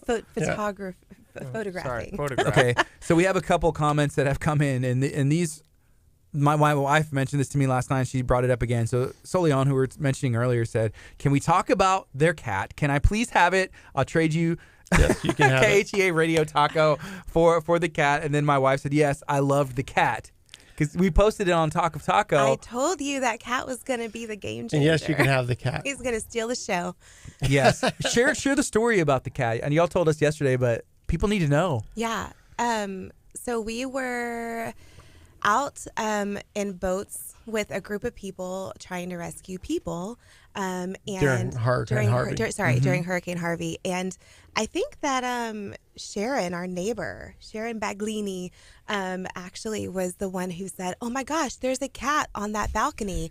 And I mean, I just jumped out of that boat because I'm an animal lover. And I think the water was about thigh deep maybe, and I got up there as fast as I could, and I went up to the second floor, and he was up there. He probably had been up there about 2 days and was starving. It's hard. How could you tell? I know. It was actually an apartment complex on Dietz Road. Yes, it one was of the an hardest apartment hit road. complex on Dietz. Yeah. And as me and a couple of the other guys, we had firefighters and a couple other cops and stuff like that. So we're all in full professional mode and banging on doors and wading through water. And then she comes around the corner and she's like, "I got one." And I'm thinking, I got one, like a person or something. yeah. So I come running around and she's got this big cat, and I'm like, oh God, I hope we can find the owner to that cat, because I already know I can see to the future when it comes to animals. Yeah, y'all. Well, we're gonna get into this, but we got 40 seconds, and then we're gonna go on our FM as well. So we're streaming live on Facebook, and then we'll go on the FM and our website and the app and everything else. But y'all are big animal lovers, I would say, and I think. Yeah. Am I wrong when I say y'all have 9? Someone told me y'all have 9. It's a rumor That's a rumor, that yeah. we have 9 dogs. Yeah. And I can she's like, I "It's can neither 10." confirm nor deny. and the one count. cat that ate 8 other ones. Yeah, The cat ate the other 8. Yeah, so there was Right. 9. So we got 10 seconds if everyone's ready. 409-935-8773 for more information. So we're about to go. Can you hear better if you got this on or something? I mean, not that I don't. Good morning. You're listening to KHEA Radio 99.5 FM. This is Kickstart. I'm Gardy. And I'm Curt. And we have some guests in studio. We're going to be talking about everything that is going on in the world of photography. Woo-hoo! And we're also going to be talking about everything that is going on in the world of Talk of Taco, which I feel like Talk of Taco is like the real world, and like everything else is kind of like secondary. Whenever it comes to just like, hey, money, I don't know. Does that matter? Taco life. What do you think? Talk about tacos. And we're going to be doing some of that today. Tacos. And some photography. So we have, I mean, am I wrong if I say there's a power couple in studio whenever it comes to the world of photography? Can y'all introduce yourselves, the name of the businesses, and what y'all specialize in? Well, mine for 16 years was More Than an Image Photography, and I rebranded 3 years ago to Lacey Daggerath Photography. And I specialize in weddings and families and kids and basically people, all things people. We saw you did Stephanie Kovich's family photos. Uh-huh. And she was there for our taco shoot yesterday. Yeah. And that's whenever she said that, it was like, oh, I know those photos. They looked wonderful. They're very beautiful photos. Thank you. Yeah. And then, Scott, what about you? Well, I used to be Studio 50 back when I was in law enforcement, and then I've rebranded, I guess, about 3 years ago to Scott Pena Photography. And I do mostly commercial type stuff, you know. Mm-hmm. I do some people, and I shoot weddings with Lacey.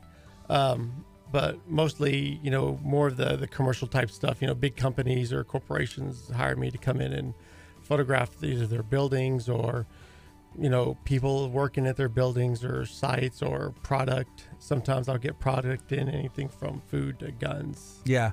So how do you go from law enforcement, and did you like dabble in photography, or did you always have like a passion, something that you had put on the back shelf, or how did that go from that to this now? It's full time, right? Yeah. Actually, back, I would say within the 14 years of my law enforcement, 14, maybe 13 and a half of it was as a CSI with Galveston. And one of the first courses that they send you guys, you know, us to, once we make detective and we go to like get our training and stuff, is photography. And at the time, they, you know, Galveston didn't have the budget for, you know, big ticket type cameras. So they sent me with a little point and shoot camera to a, you know, a photography school with everybody else who's got real cameras. And I basically show up with like a toy and struggle along that class. And when I get back and raised enough ruckus about not having a good enough camera, to shut me up, finally got me a camera. But then I had to relearn everything all over again because I really didn't get anything out of the class. So it kind of forced me to just learn it. You know, I had to learn it for my job. So, and then it just kind of, I just got hungry and I learned more and more, and I wanted to know more about it, and I wanted to know all the aspects from inside and out. So I wonder if they regret sending you to that class, because it's like, if we would have known it would have sparked this passion in him, we wouldn't have lost, you know, a good officer or something like that. Yeah, well, I also taught photography and stuff in-house to other detectives, other agencies and stuff like that for their CSIs and stuff. And so, you know, they got plenty of use out of it. Yeah, because you photograph your own crime scenes. Yeah, okay. And that's kind of what really spearheaded the photography, right? Yeah, because you only get one time to do it. It's not like you can come back and reshoot again. Yeah. That's true. How many crime scenes are we talking about? I mean, should I be concerned here? Like homicides, like stuff like that? Everything, right? He was strictly homicide, right? Well, not strictly, but I did specialize a lot in homicide, but I did a lot of everything else too. But like homicide was the one thing that I did most of. So a couple things. You mentioned Galveston, so that's where you were down there, and I looked in the spice rack. You'll have the Maceo spice everywhere, which is in Galveston. Right. And then we brought up Concetta, which Concetta's husband, he works for Galveston as well, I believe, right? Right. He's an officer. Mm-hmm. Yeah. So that was like a cool connection. It was like, hey, yeah, Concetta. You're like, oh yeah, I know who, you know, she's married to. And then there was all the spices everywhere. And that's the secret to the best tacos in the world. Yeah. Well, you know, I worked with her husband for many years there, and then we shot her wedding and stuff. And I've known Concetta since then, which has been a few years now. Yeah, we have a photo shoot with her on Tuesday. Really? Mm-hmm. That's cool. Where's the location? Is it a secret location? It's in Dickinson, actually. Okay, we'll find it. Is it at her house? It might be at her house. Yeah, because she just got her whole house was redone. Yes, and from whatnot. Harvey. Yeah. Mm-hmm. Wow. I think we're supposed to be shooting a video there, or I'm supposed to. I don't know. On Saturday? I think so. Well, I saw it in the calendar. So, yeah, I don't know. But, shout out to Concetta and Maceo. We enjoy, you know, the restaurant and all the spices. And apparently if you want to, you know, develop the best tacos in the world, it doesn't hurt to use some of the best spices that you can find.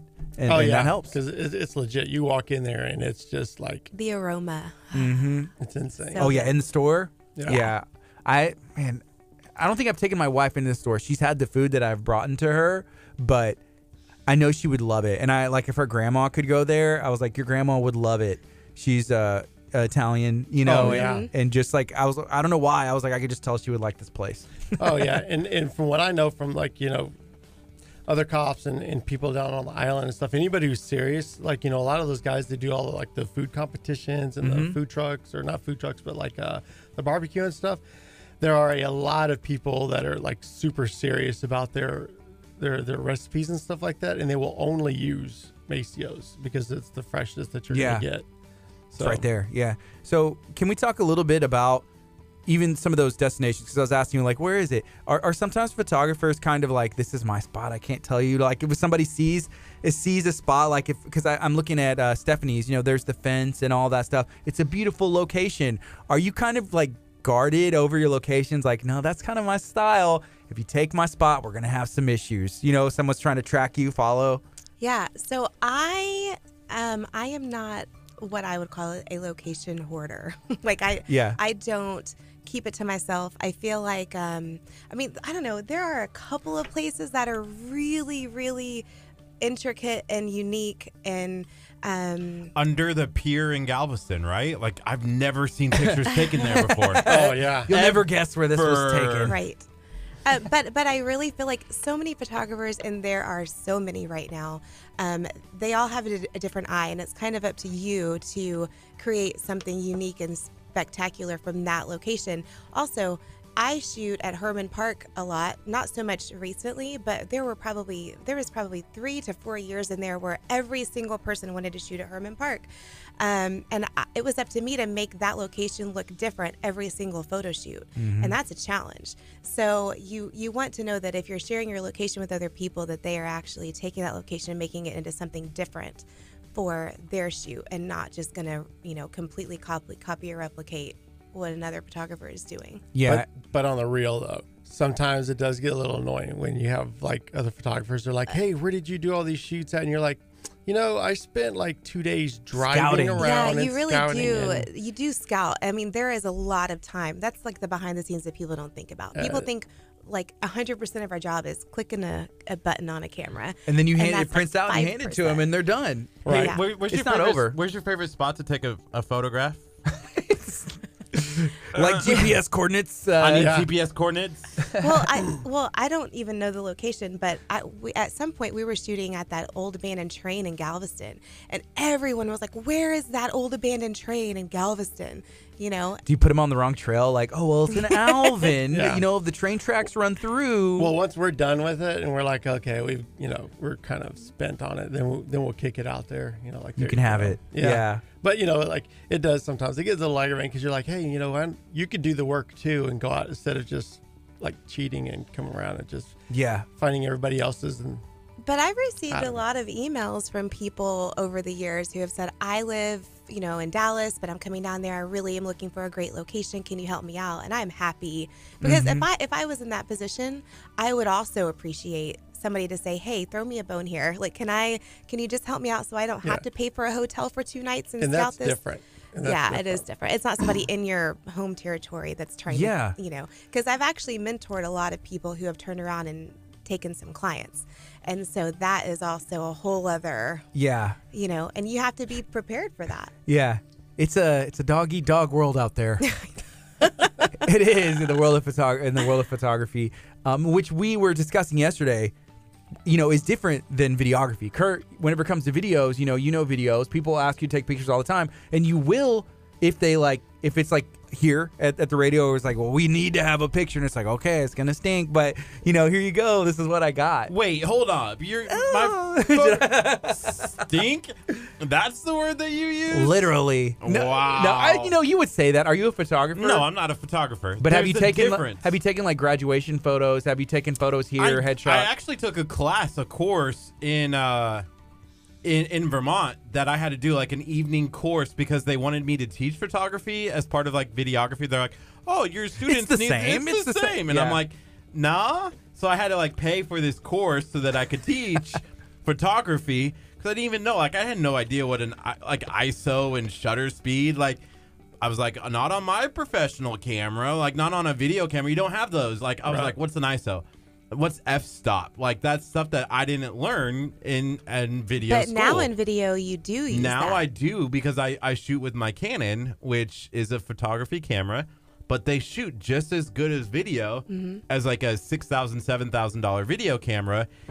So it's a lot cheaper. So yeah, I mean, it helped, because now I understand, like, if I want something with a little bit more blur or emotion in its motion, I'm going to slow down that shutter speed. You know, if I want something, you know, f-stops. If I want the background to be, you know, a little bit more blurry, I might increase that f. You know, there's just things that I do differently now that I know about photography.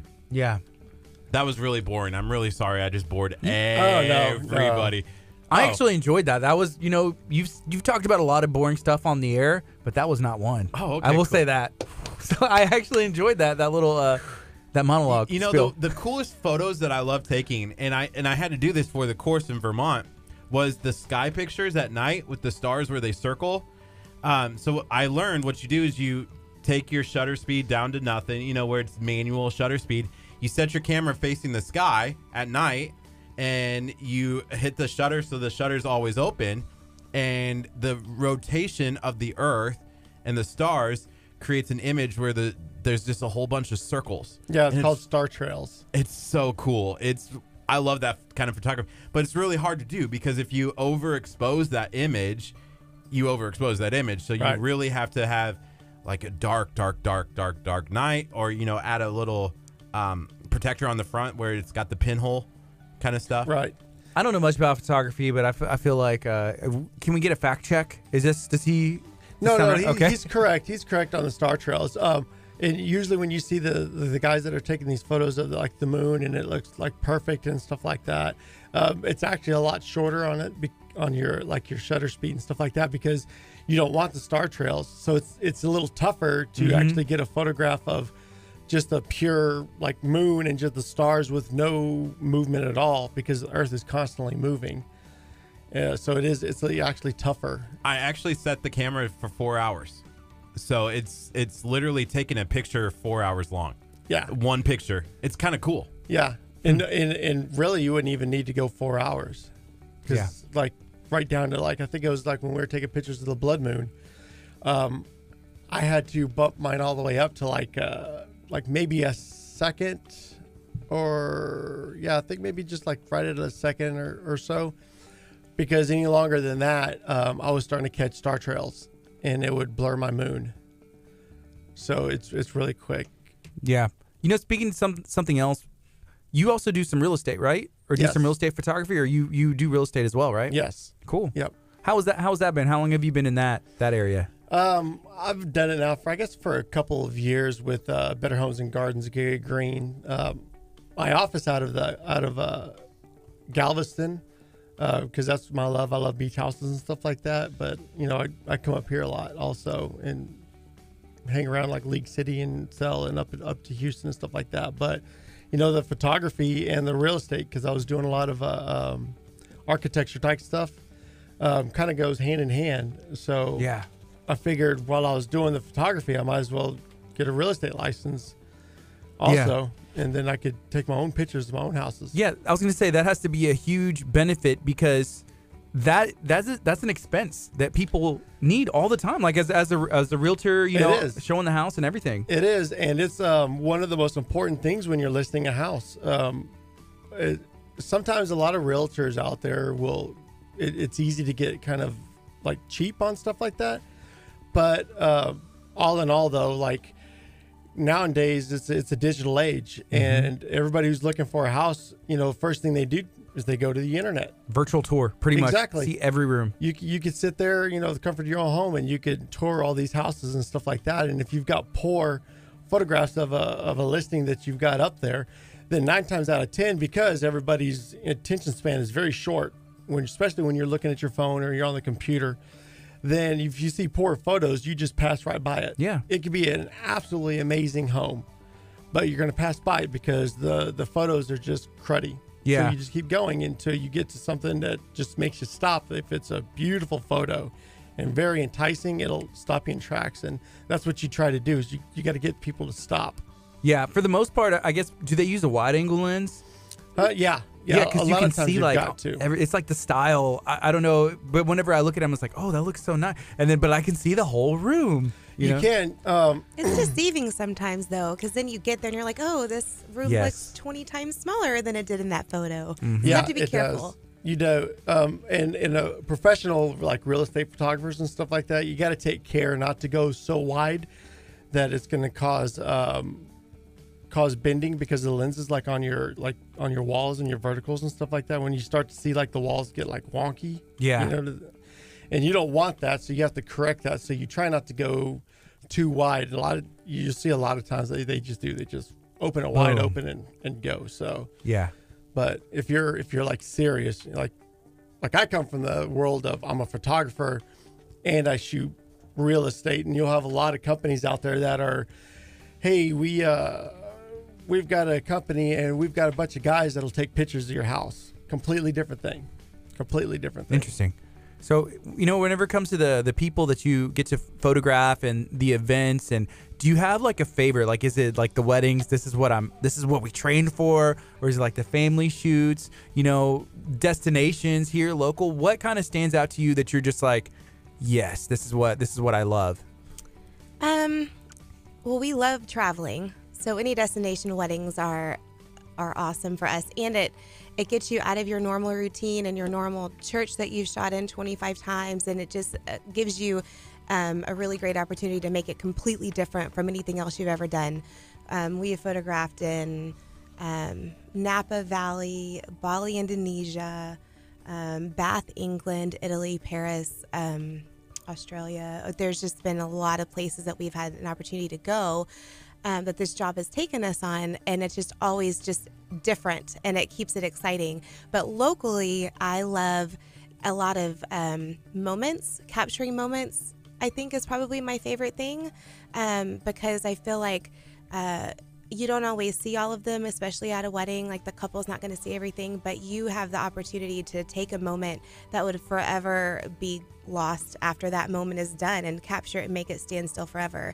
And for me, that speaks volumes to just growing older and being able to have something to look back on and remember that exact moment. Takes you back to that exact place. Like that, the candid, sincere, you know, moment where it's like, hey, this wasn't planned. It's just right place, right time.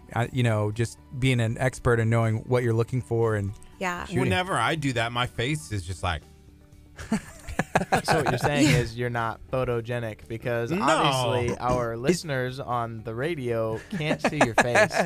But Ethan broke it down legal over here, Yeah. giving us the breakdown. Yeah. I What appreciate does it that. look like, Ethan? It looks like A wonky face. Wonky face. is Wonky face. Wonky's probably the best description So there. what would you say to, did you have some? Oh, no, you're I just moving that. I thought you were just like, hey, Um, what would you say to somebody who says like, hey, well, you know what? I don't like taking photos. I'm not photogenic.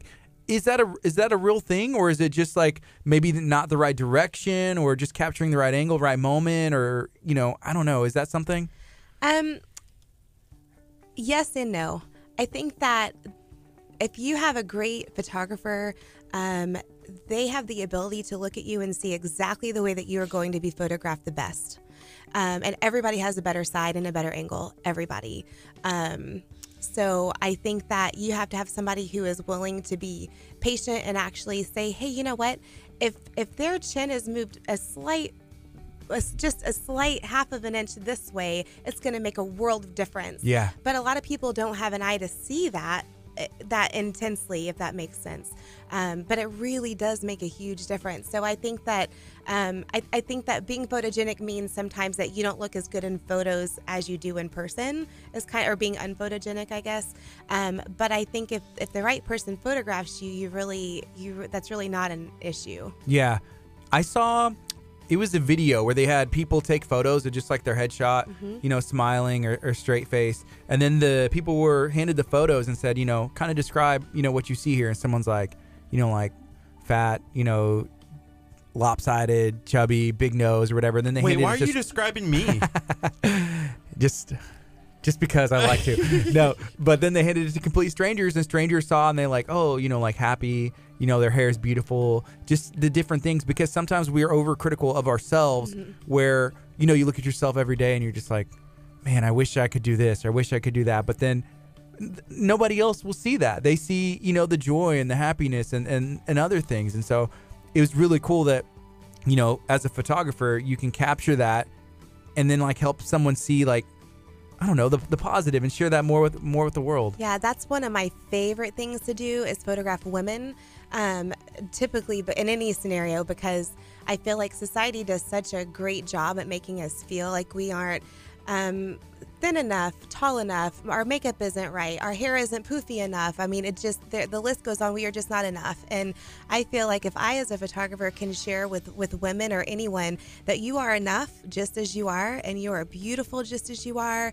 and for you to say that you are not great or you are not made for greatness is almost like a slap in God's face saying, you don't know what you were doing. Right. And that's not at all what it was, and it's very important for us to be able to encourage people in general, but women really a lot, just because I feel like we have so much pressure on us to be to look a certain way. These magazines tell us to look a certain way. Our image needs to be this or that or whatever. And if we are anything less than that, we're just not pretty enough or good enough. Yeah. So if I can help do something to show them like, hey, look at this. This is you, and you are absolutely beautiful. Just because you're not this look or this image, or you don't weigh 70 pounds, or you don't, it doesn't matter. This is you, and you are stunning. That's awesome. So Stephanie Kovich is watching. She owns Furniture Zone. Shout out to Furniture Zone. Kurt has the shirt on, and he's rocking the koozie. Thank you for sponsoring our wardrobe, Furniture Zone. Koozie brought to you by Furniture Zone. The wardrobe, Furniture Zone. But she had left a comment. She said, Lacey is the best at making you 100% comfortable. She knows exactly how to pose you. She is truly talented at what she does. So that's a pretty cool, some feedback as she's a client of yours. Mm-hmm. First of all, whenever you were talking about, describing people, you're like, oh, my hair doesn't look whatever. But who has great hair? Stephanie Kovich has great hair, like that awesome curly hair. It matches her personality, and she's such a great person, for our community and area. Yeah, so, she does a lot. She's awesome. How was that photo shoot with her family? It was a lot of fun. It was very unique though, because they were doing it as a gift for her parents, for a Christmas gift. They wanted to blow up a big canvas. And so she had her family with her husband and their kids, and then her brother's family with his wife and their kids, and then her sister's family with her husband and their kids. And so we did like when I do things like that, I like to do individuals of everyone, and then the kids together, and then all the grandkids together, and then the individuals of the families, and then the whole family. That way everyone has something great to take away, and you get all different kinds of aspects. So it was a lot of fun. It was a lot of fun. It was rainy. The weather was really gross. I think I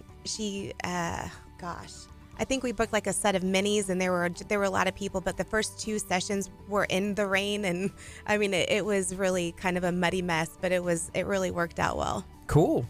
That sounds like a lot of fun. I feel like me and Kurt, we should have snuck in. I feel like I'm almost part of the family. I'm almost part of that Kovich with Mark. Mark's going out of town on Friday, and we can just. I miss him already. I was going to say something, but hey, here's the comment as well. So this is from Amanda K. Perez, which we know Amanda. She said, hi, Lacey and Scott Pena, and she's giving you the wave. Amanda. Y'all, have y'all shot with her before? Yeah. Y'all know her? Okay. That's cool. So her daughter and my son, they're in class together because they both go to Abundant Life over here to the school. So that's Bella, and she's a great classmate to Kellen and just a great person as well. But shout out to Amanda. Thank you for hanging out with us and giving some shout outs here. But this is KHEARadio.com, 99.5 FM. It's Kickstart. We're going to be on till 11. We're talking about photography, but we can't forget our love for tacos. Kurt, we had those tacos, and there was two words that came out of your mouth. It was a catchphrase, and what were they? Oh, man. He took a bite into the tacos, and all he could say was, oh, man. At the end, it's on the video. I think the way I made the taco, I could have ate those all day. All day, with the queso cheese on top, the crunchy chips inside of it, the pork. Oh, man. You did it correctly, because I like to do that a lot. Matter of fact, last night, that's how I made mine as well. That is exactly how he made his. It was good, right? It's great. I don't need the shredded cheese that's not cooked all the way, that's not melted. I don't need the fancy like fruits and vegetables. I just Fruits and want vegetables. You're talking about like the cilantro. I don't need none of that. I just need the queso cheese, the He tortilla hates chip. cilantro. Oh, Really? I I'm can't one of those. stand it. Yeah, I'm one of those people. I guess Kurt I am also, opposite. We're in I that like we're in that it. group of people that it tastes like soap or Oh no, turpentine to us. I say give me a handful. Yeah, Give me more. I like it too. I remember whenever I realized, like, cilantro. Like, you go to a Mexican restaurant and maybe they don't speak English, and it's like, cilantro y cebolla, and I'm like, sí.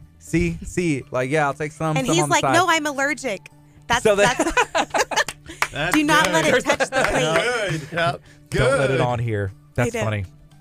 Have you ever used that before? Like, I'm allergic to vegetables and fruit. I don't want it. I just want the queso. I'm perfectly okay with that. Just You queso. can't forget how Kurt used to avoid going to school. I'm Tell that story. allergic to fruit punch. To red dye. To red dye. So like red Kool-Aid, red Gatorade. Are you really? I am. So when I was young, I don't know why my mom would still bring like red Kool-Aid into the house, but she did. So if I didn't want to go to school, I would drink red Kool-Aid when my mom wasn't looking, and I would, be sick. And she's like, well, you can't go to school today. I'm like, I know, I just don't feel so good. Knowing perfectly well that it was just because I had the red But why Kool-Aid. would you make yourself sick on purpose? That's the worst part. Like, you would but- rather be sick than go to school. Like, It must not have made him feel sick enough. No, Like yeah, that sick. Like, yeah, you just like, your body rejects it.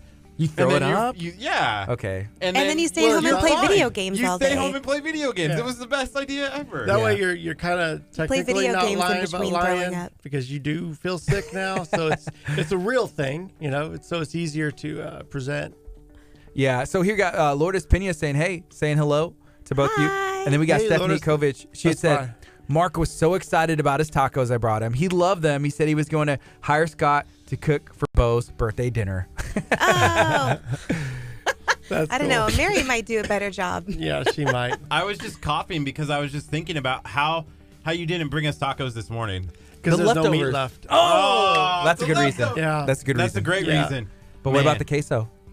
Queso's almost gone too. Yeah, there Kurt would was have been not like, much. he would have polished it off for sure, just like drinking it. Yeah. But we can give you the recipe. Is that okay? For the queso or for the meat? For the queso, yeah. The meat, I think sometimes it's You don't I want could it give going out. Yeah. Well, you can and- tell and them there- what the meat you use. I think it's a lot more commitment than a lot of people are going to want to do. To be honest with you, when you've got like a 2-hour window of letting the meat cook, there's a lot of people out there that's just not down with waiting 2 hours. Yeah, Scott, when are we going to get to have these tacos again? That's all I care about. I don't care how long it takes. I just want more. we have like 4 people in the neighborhood who are friends of ours who were like, okay, party at the Piñas. When are we Yeah. gonna have some street tacos? So we're probably gonna have to do it again pretty soon, sooner than Yeah. later. Man, if we had that party, that taco party, we should film that and add it to the segment. That Oh would yeah, be what's taco up. party. That would be good. Oh, okay. Get more feedback from Maybe people. we should What do do you it. think about Yeah. this? And they'd be able to give. And Yeah. he'll have to do a beef. Some Yeah. of our friends You know don't what eat we used pork, to do so when we'll I have to was do younger? Me and my brother and some other friends. Matter of fact, Lourdes Pena, that's my sister-in-law, my brother's wife. And so, hi, Lourdes. beef. And she's beautiful. Yeah, she's super sweet. Love her to death. But we would have little competitions. It'd be like, let's say Taco Tuesday, but it's the Taco Tuesday throwdown, and Yeah. everybody brings their best tacos. And then, you have a panel and stuff like that. Normally, we used to always kind of do it around like Super Bowl or something like that. So there was always a ton of food there already. So, That's cool. yeah. Lourdes, it says sliced avocado with lime and salt. That's what I'm about too. I'm gonna put the Oh, avocado yeah. on my taco. yeah, put we some had lime on- avocado yesterday. We didn't even pull it out. It was good how it was. Yeah. And whenever I eat something, I like to eat it the way that it's prepared. So that way, before I make any Yeah. altering or any changes, because I don't even know, I want to eat it the way it was potentially Well, made to sometimes be. less is better. It's because you don't want to like cover. If you Too add many too much flavors. stuff, then you're going to lose the flavor of the meat because it's going to be combined with all of that other stuff you're throwing on there too. Yeah. So, and the meat, I mean, you could eat the meat by itself. But tell them the meat that you use, the HEB. Oh yeah, I use. It's the seasoned pork from HEB. Oh, okay. Yeah, because it's not overly seasoned, so it's not like one of those things where you can cook it and there's all the flavor right there. Right. but it's also, it's got a little bit of marinade, so it's kind of broke down a little bit, and you're not having to start from scratch with something. Okay. And when we did it the first time, that was the whole point, is not start from scratch, but it's kind of evolved from there. That's cool. Right now it's 10:34. This is KHEARadio.com, 99.5 FM. If you're watching on Facebook, feel free to hit the share button. Share this out. We want to spread the word about these delicious tacos. And if we get enough people that are demanding these tacos, we're going to have to force Scott to change careers. He's he's like, military, into law enforcement. That makes sense. Into the photography, it makes sense. We heard that story. And then it's going to be like, okay, well, I was photographing tacos, and then now I have a taco, Mexican food restaurant. Yeah. So and my real estate people are going to be mad. They're like, God, okay, can you please just, But now another little thing into the mix is for our wedding, he made all of the cheese boards, the actual boards, 16 of them or 18 of them. And so he has been making cheese boards. And I think we're going to try to do some stuff at Art Walk maybe. And that's cool. See, I got to see some of the cheese boards. And you were showing me like the process of how you heat that up. Can you share a little bit about that? As far as, you're talking about the branding iron and stuff like that. Oh, with the tortillas too. Yeah, we for the wedding, we created, because like a lot of weddings, it's a thing to have your own kind of like logo or something for your wedding. Mm-hmm. So I created our logo for our wedding, and then I had it shipped to a company called Gear Hearts. And these guys are awesome when it comes to the quickness and the professional quality of their products anyhow. So I sent the logo to those guys. They converted my logo into 2 different types of brands. One of them being a brass brand and another one aluminum brand. One's for food and one's for wood. So you could brand food. We branded the tortillas. Oh, I didn't know that. Wedding. Yeah, with our wedding logo, because we had street tacos. Yeah. Did you make them? Did you have to make them? No. Mary we were this catered. close from actually doing okay. it. We were this close from actually doing it, and then in a moment of clarity and sanity, I stopped it and I said, "You know what? No, we are not." And Mary Bass came to the rescue. She did. Yes, What kind of food job. What kind of food was catered at the wedding? Oh gosh, street tacos. Oh, it was. Okay, yeah, it was. It was a very elegant display, the most beautiful display of street tacos. They had pork. We had pork, beef, chicken, and then an open-faced empanada with. So we've seen Mary's cheese board. So did she create those with the product that you had made? So it's like, here are the boards, and then she those boards went out on them. So we got the product from Macio's, all the cheeses and the meats and everything, and then she took all of that and she created the cheese boards for the centerpieces. We wanted something different. And then we liked flavors and tastes, and so everyone was able to have a centerpiece of cheese boards. That's cool. That's awesome. Kurt, does that sound like it's your style, like a board just full of cheese? I'm at my wedding, when I get married, I want the cheese board, and then I want the fountain of cheese. And then I'm going to have Scott's tacos, so then you stick the taco into the fountain. See, that and makes then sense. eat it. There you go. That's a good with idea, that actually. queso. We can call that family style. Then you just put big fountains in the middle of the tables. Kurt would just be trying to like swim in the cheese fountain. If it's big enough, he would just be like in it on the But side. I can respect that, though. I can respect that. I'm a big cheese fan myself. Kurt would take the cheese off the cheese board, dip it in the cheese fountain, and that's just eat what's it. up. Right? Fried cheese. I love cheese. Yeah. He does love cheese, but I just start listing off the cheeses that I like. What kind of cheese? Go ahead. You're a big fan of American, though, and that's what y'all use.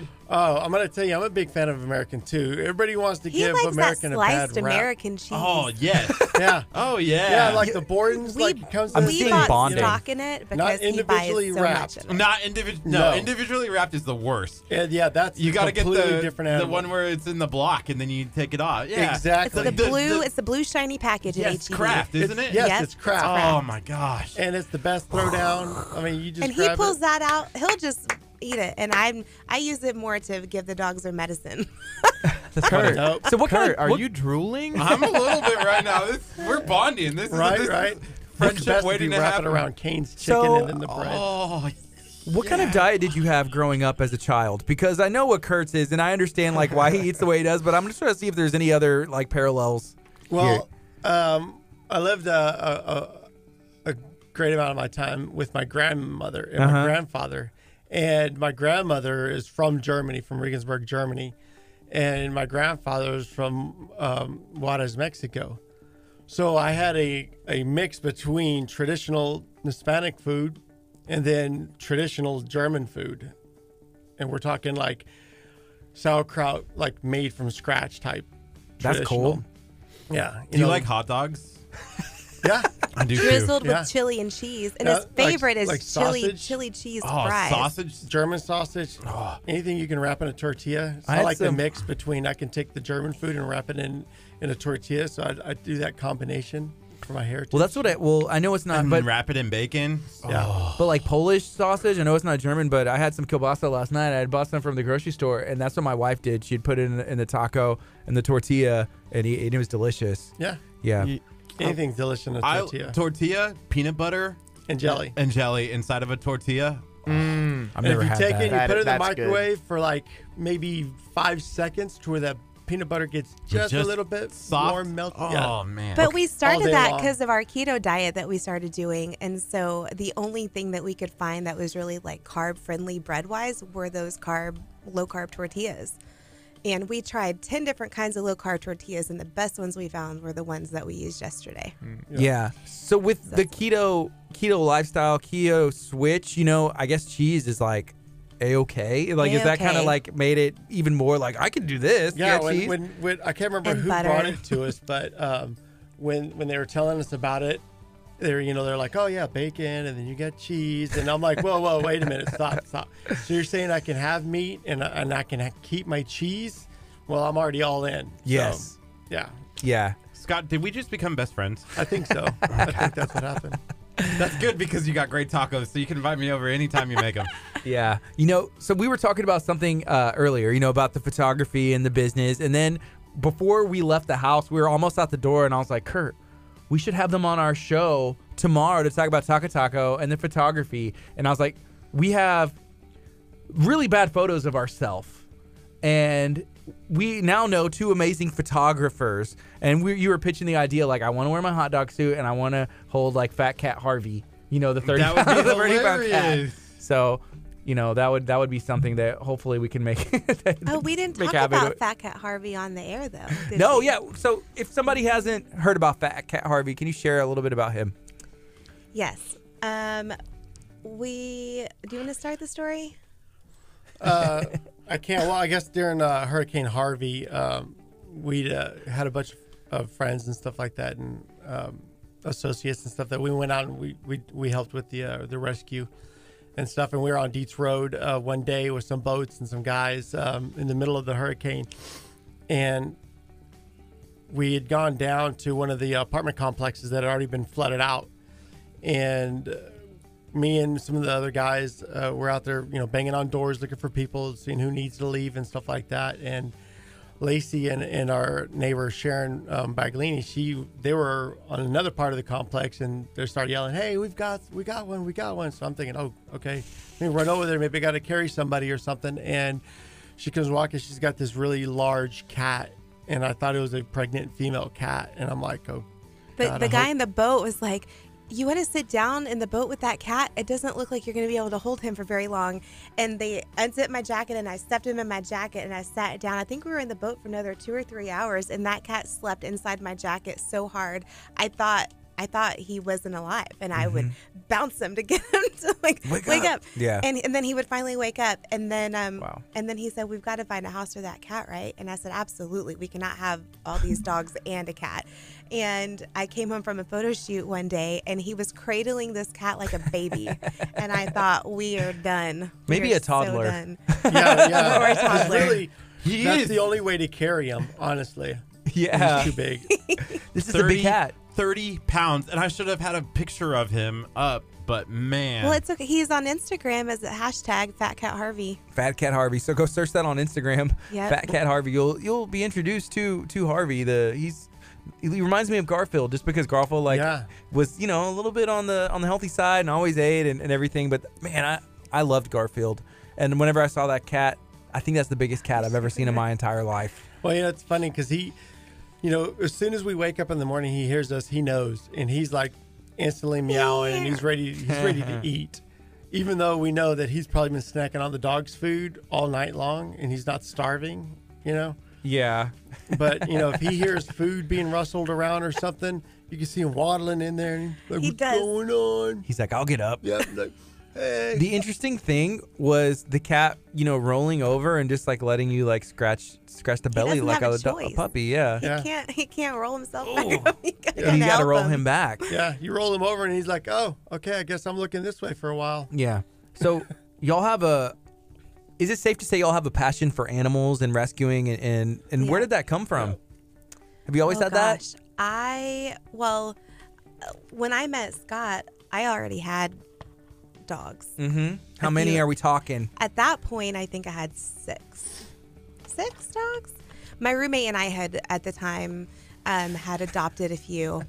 And anyway, so. I'm sorry, 6. I got to interrupt you because Lourdes said the cat needs to go on keto. That's all. Okay. Sorry, I apologize. That was too good not to I share. know, it's so funny. Anyway, and actually, I think a handful of people told me, you are never going to find a husband with that many animals. And I said, I'm not worried about it. Yeah. But I did. So he loves them too. And really, Kato, our most recent rescue, is just this big hunk of 60-pound lover, like a pit bull lover. But we had to go get him. And when I told Scott that he was going to be in the euthanasia line to be put down to sleep that day, I said, we've got to go get him. And he said, what do you want me to do? I said, come with me. He said, let me get my shoes. And so we went to get him and brought him back and gave him a home. And so they don't have a voice for themselves, and they are so mistreated. And I think there's millions of homeless dogs in Houston alone. It's just really, the homeless dog animal population is crazy. So that's also why we decided to partner with Liz and Heroes and Hounds, Galveston Heroes and Hounds, and do the Galveston Firefighter calendar to raise money. And last year they raised tens of thousands of dollars doing this calendar and it all went to the Galveston Humane Society. So it was really an awesome thing to be a part of. It's going to be a pretty big deal. Like, we've done it 2 years in a row now, and they've come out to Battle of the Badges down in Galveston, and sold their calendars. You know, they've done really well with it.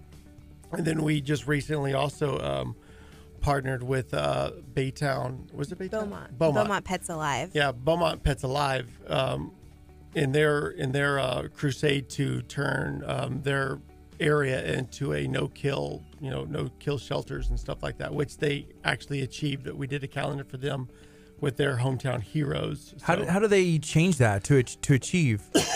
So I think that what happens is that the more awareness you put out there about these animals that need homes, and the more money that is able to be raised for the shelter, they have more funds to be able to house or maybe expand their buildings so they can house more dogs or more animals. And so that way, like if they originally had 30 places for 30 animals and now they have 80 animals coming in every day, where do they go if they're not being adopted? So you raise that awareness, and then more people come in to adopt, or they want to adopt the famous animals from the calendar, and that's always exciting for people. And so I think just a week or two ago, they messaged him and said, thank you guys, we received no kill status. So now they don't have to put any animals down because they're getting them all adopted.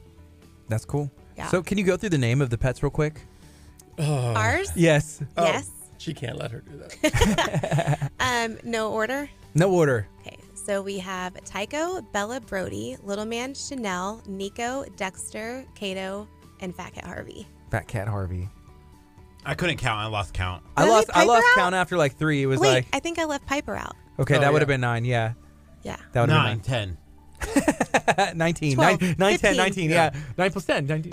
But after you have like 2 or 3, it's all the same. What's you one more? You feed them and, Yeah, it takes a lot to take care of a pet. Yeah. You know, with food and potential vet bills and like It's just everything like else. having kids. It's a Yeah. dedication, Yeah, And that's when really cool. Piper just had to have surgery, has to have surgery again for a double ACL repair. It's expensive. Mm-hmm. Wow. Yeah. I can't even imagine that. Yeah. Yeah. Mm-hmm. I feel like if I needed that surgery, I'd be like, I'll be okay. Just like I'll be okay. But it's different whenever it's something. It's like your child. It's like no, they need it. They're gonna get the care they need. Yeah. So that's cool. Curt with the high five. What was that high five for? Because Ethan had a good question. He said, "Do you guys have any pets? Do they have crazy, interesting names? Let us know." And then we got Lourdes said they have a dog named Jupiter. Yeah. Do y'all know Jupiter? Yeah, we do know Jupiter. That's funny. That's cool. So we got 10:49. We're going to take a quick break. We're going to play a song, and we'll come back and remind everybody how they can find out about your photography businesses and everything that y'all are involved in. This is KHEA Radio, 99.5 FM. Coming up next is United with Rule. Stay tuned. You can stream us from anywhere in the world at KHEARadio.com. And Kickstart, we're on every weekday till 11 a.m. Stay tuned. So y'all were talking about keto, right? Have you guys been to Burger Nation NASA yet? No. They have a keto burger there. And that's not it. But this isn't it. I'm going to take a picture of. You have to try the Kickstart burger from Burger Nation NASA. Even if So you they are call keto. it Kickstart like it's a kickstart into keto? Is that what they're saying? No, it's the Kickstart because we're Kickstart. Oh, okay. It's the KHEA Oh, I Kickstart see. burger. Oh, Yeah. gotcha. So it's got peanut butter, jelly, cheddar cheese, bacon, jalapenos, and it looks good. Peanut Yeah. butter and jelly on the burger? Yes. On a sourdough I don't know bun. how I would feel try about it. I mean- that. But I don't know, because like that spicy, sweet, like jalapeno jam. Yeah, no, Is- it's stinking delicious. But they also have a keto burger. So what they do is they take Does look cheese, good. they crisp the cheese, and then you can put any toppings in there as well. So they have a keto option whenever it comes to their menu. But they have some really cool like novelty specialty burgers, I guess I'll call them. And that's one of the reasons that we love them, so much. Because they have, obviously like camel burgers and all kinds. They got something called a fitty fitty where it's half chorizo, half beef. Man, it's so good. That meat and the mixture. Mm-hmm. Check it out. Chorizo. Yep. Sorry. I hate when he does that. He knows that.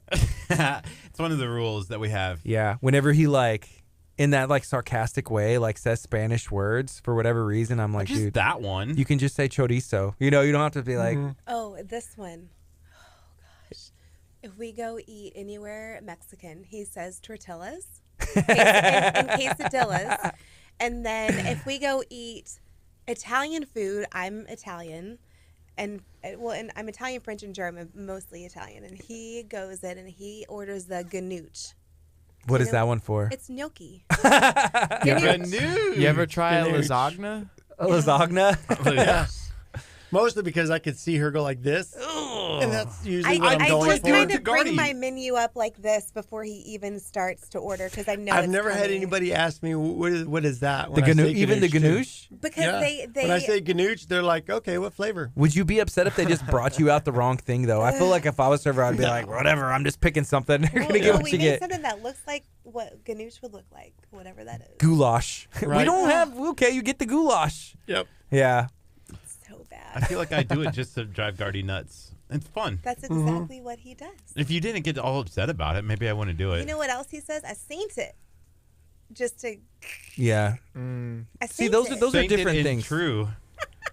Yeah, but then They are again, different. some of that comes back from my days in law enforcement because when you spend time, in different areas, you pick up dialects and stuff like that, Yeah. which you do, like a lot of people do naturally. And naturally, I do just during that time because, that's how you just talk to people. Everybody understands you more and you're more in their realm of, like they trust you more, And you have to be Annoying? no. Oh, I thought we were talking about you. positive. Like you have to find ways to get laughter, in some of those situations. Yeah. Yeah. Yeah. Because you're seeing some stuff, and so you have to say things that make people laugh or cringe. All the time. Yeah. My mom's like a grammar Nazi, and up in Kentucky, everybody said "fixin'," and she's like, "That's not okay." And man, everybody would say it. My brother's girlfriend said it a lot, and she, spent a lot of time Just with like us. you were not marrying that fixin' girl. is yeah, yeah, Fixing's normal, though. Getting ready I'm to. fixing You would to. say getting ready to. yeah. Okay, we got 10 seconds. Y'all are ready. We're about to go back on. Here we go. Radio.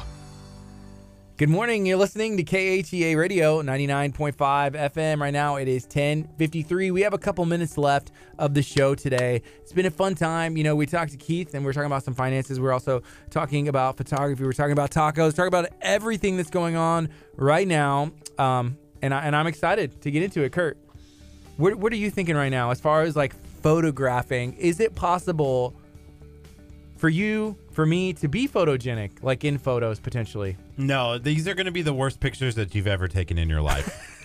I disagree. We will prove you wrong. No. Actually, I can see this shot like in here being the easy, huh? This whole area, like with all of this stuff right here, as the shot. Yeah. Me in the hot dog suit, standing on the see it desk right now. Yeah. His eyebrows grew back. So he shaved those eyebrows off for like a thing that we did last year, and they finally they're still a little patchy, but they're coming back. Do I need microblading? Microblading wouldn't hurt. I think like if we drew them in the rest, but yeah, I don't know. Anything is a possibility. Draw them in. So we do have a couple minutes left. Could y'all share, one more time, the name of the businesses, what y'all specialize in, and how people can get a hold of you? Mine is, so on my website is morethananimage.com, and you can find me on Instagram at Lacey Daggerath Photography. If you just type in LACYDAG, and then it'll fill in because it's an odd last name. And then Facebook is under More Than an Image Photography. Cool. Yep. And Scott Pena with Scott Pena Photography. You can find my Facebook under Scott Pena Photography. How long did it take you to come up with that name? I'm gonna tell you, I had to struggle with it for a while. You switched from the other one, and then and I thought, I was like, oh yeah, that's cool. Studio 50. I was a cop. 50. It makes sense. Everybody's like, oh, cool. But then when you get in the world, like you're gonna be an adult doing this stuff, then it's just kind of like cliche and catchy, and we're like, yeah, whatever, Studio 50. You're not a real artist. So. Yeah, I could see some people. Did some people not get it, or did they always know? A lot of people got it. Yeah. But did they get it? Yeah, they didn't. They don't think that they really got it. But then when you were doing it and you were not a police officer anymore, it didn't make much sense. Yeah. Yeah. I could see that. Yeah. So. But yeah, you can find me on Facebook with that. Instagram, I don't know. I'm horrible with social media. To be honest. CSI Pena. We followed him. We followed you on, and you followed us back. Mm-hmm. Yeah, and that's what I saw. Travel, because I read your description. And it's like photography, travel, pets, and I was like, yeah, I feel like that sums up. A lot of the highlights and stuff we talked about here today. Yeah, that's pretty cool. Curt, what do you think? What else we got going on today? Not too much, huh? Not too much. We got a busy day and other stuff outside of radio. Yes, outside of radio stuff is going to be happening. We're going to be knocking out some more filming and some more editing on the Talk of Taco show, so stay tuned for more about that coming up. I'm really excited to show off Scott's tacos. Me too. I think that they withstood the Curt and Gardy test, but are they the world's greatest tacos? We're going to find out. We're going to find out in our new series, Talk of Taco, which we will be debuting here shortly. All right. So this has been KHEA Radio Kickstart. This is 99.5 FM. Feel free. You can still share this video out if you're just joining us or you're still watching on our Facebook stream. Share the video out. The video will keep rolling on social media, and we'll be able to get the word out about, photography, tacos, finances, everything else that we have going on. Thank you for listening. If you're listening at 99.5 FM, stay tuned. Ethan, are you going to be on from 1 to 3 today, or are you not on today? I'm totally going to be on today. So you'll catch Ethan. Ethan, can we kind of get a hint maybe of some of the music you're going to be playing from 1 to 3 o'clock here? I'm going to be playing some Christian pop music, some worship music, some rock music, whatever's in there, I'm probably going to play it. Actually today's Throwback Thursday. You know what? Scratch that. I'm going to be playing some of the classics. Okay. Oh my God. You even know your show? I want to hear Ethan Beatty's going to be like, and this is another classic, and it'll have the year from 1992. Amy Grant with whatever. You're listening to 99.5 FM KHEA Radio and KHEAradio.com. Right now, we're playing another song for Throwback Thursday, and then I'll play the song. Look at this guy. He's a pro over here. He's going to take our jobs. Every song's going to be just like that, huh? We could just record that and just hit a button and you When play was it. the last time y'all played some Stephen Curtis Chapman? Probably last Thursday. We'll probably play some for our Throwback Thursday gonna today. put his Ethan's cue going to right add it now. in the library for Right his now. 1 to 3. He'll dedicate one to you. Would you like that? Is there a special request? Just like I'll any be sure Stephen to Curtis do that. Chapman? You know what? Every song for the rest of this hour is going to be Stephen Curtis Chapman. Awesome. Coming up tomorrow on Kickstart at 8:30, we have Whiskey Cake coming in studio, and we also are talking about the Galveston County Bike and Car Show taking place this weekend. All right, we're out of time. Hey, we'll see y'all tomorrow morning, bright and early, 8:30 in the morning. We'll start the stream again. We'll be back for Kickstart. Stay tuned. You're going to be hearing Ethan here in the afternoon. This is KHEA Radio 99.5 FM. Coming up next is Bethel with Nearness. You can stream us at KHEAradio.com from anywhere in the world or right here at 99.5 FM. All right, bye, guys. Bye, social Love media. you. Facebook. Y'all are awesome. Have a good day.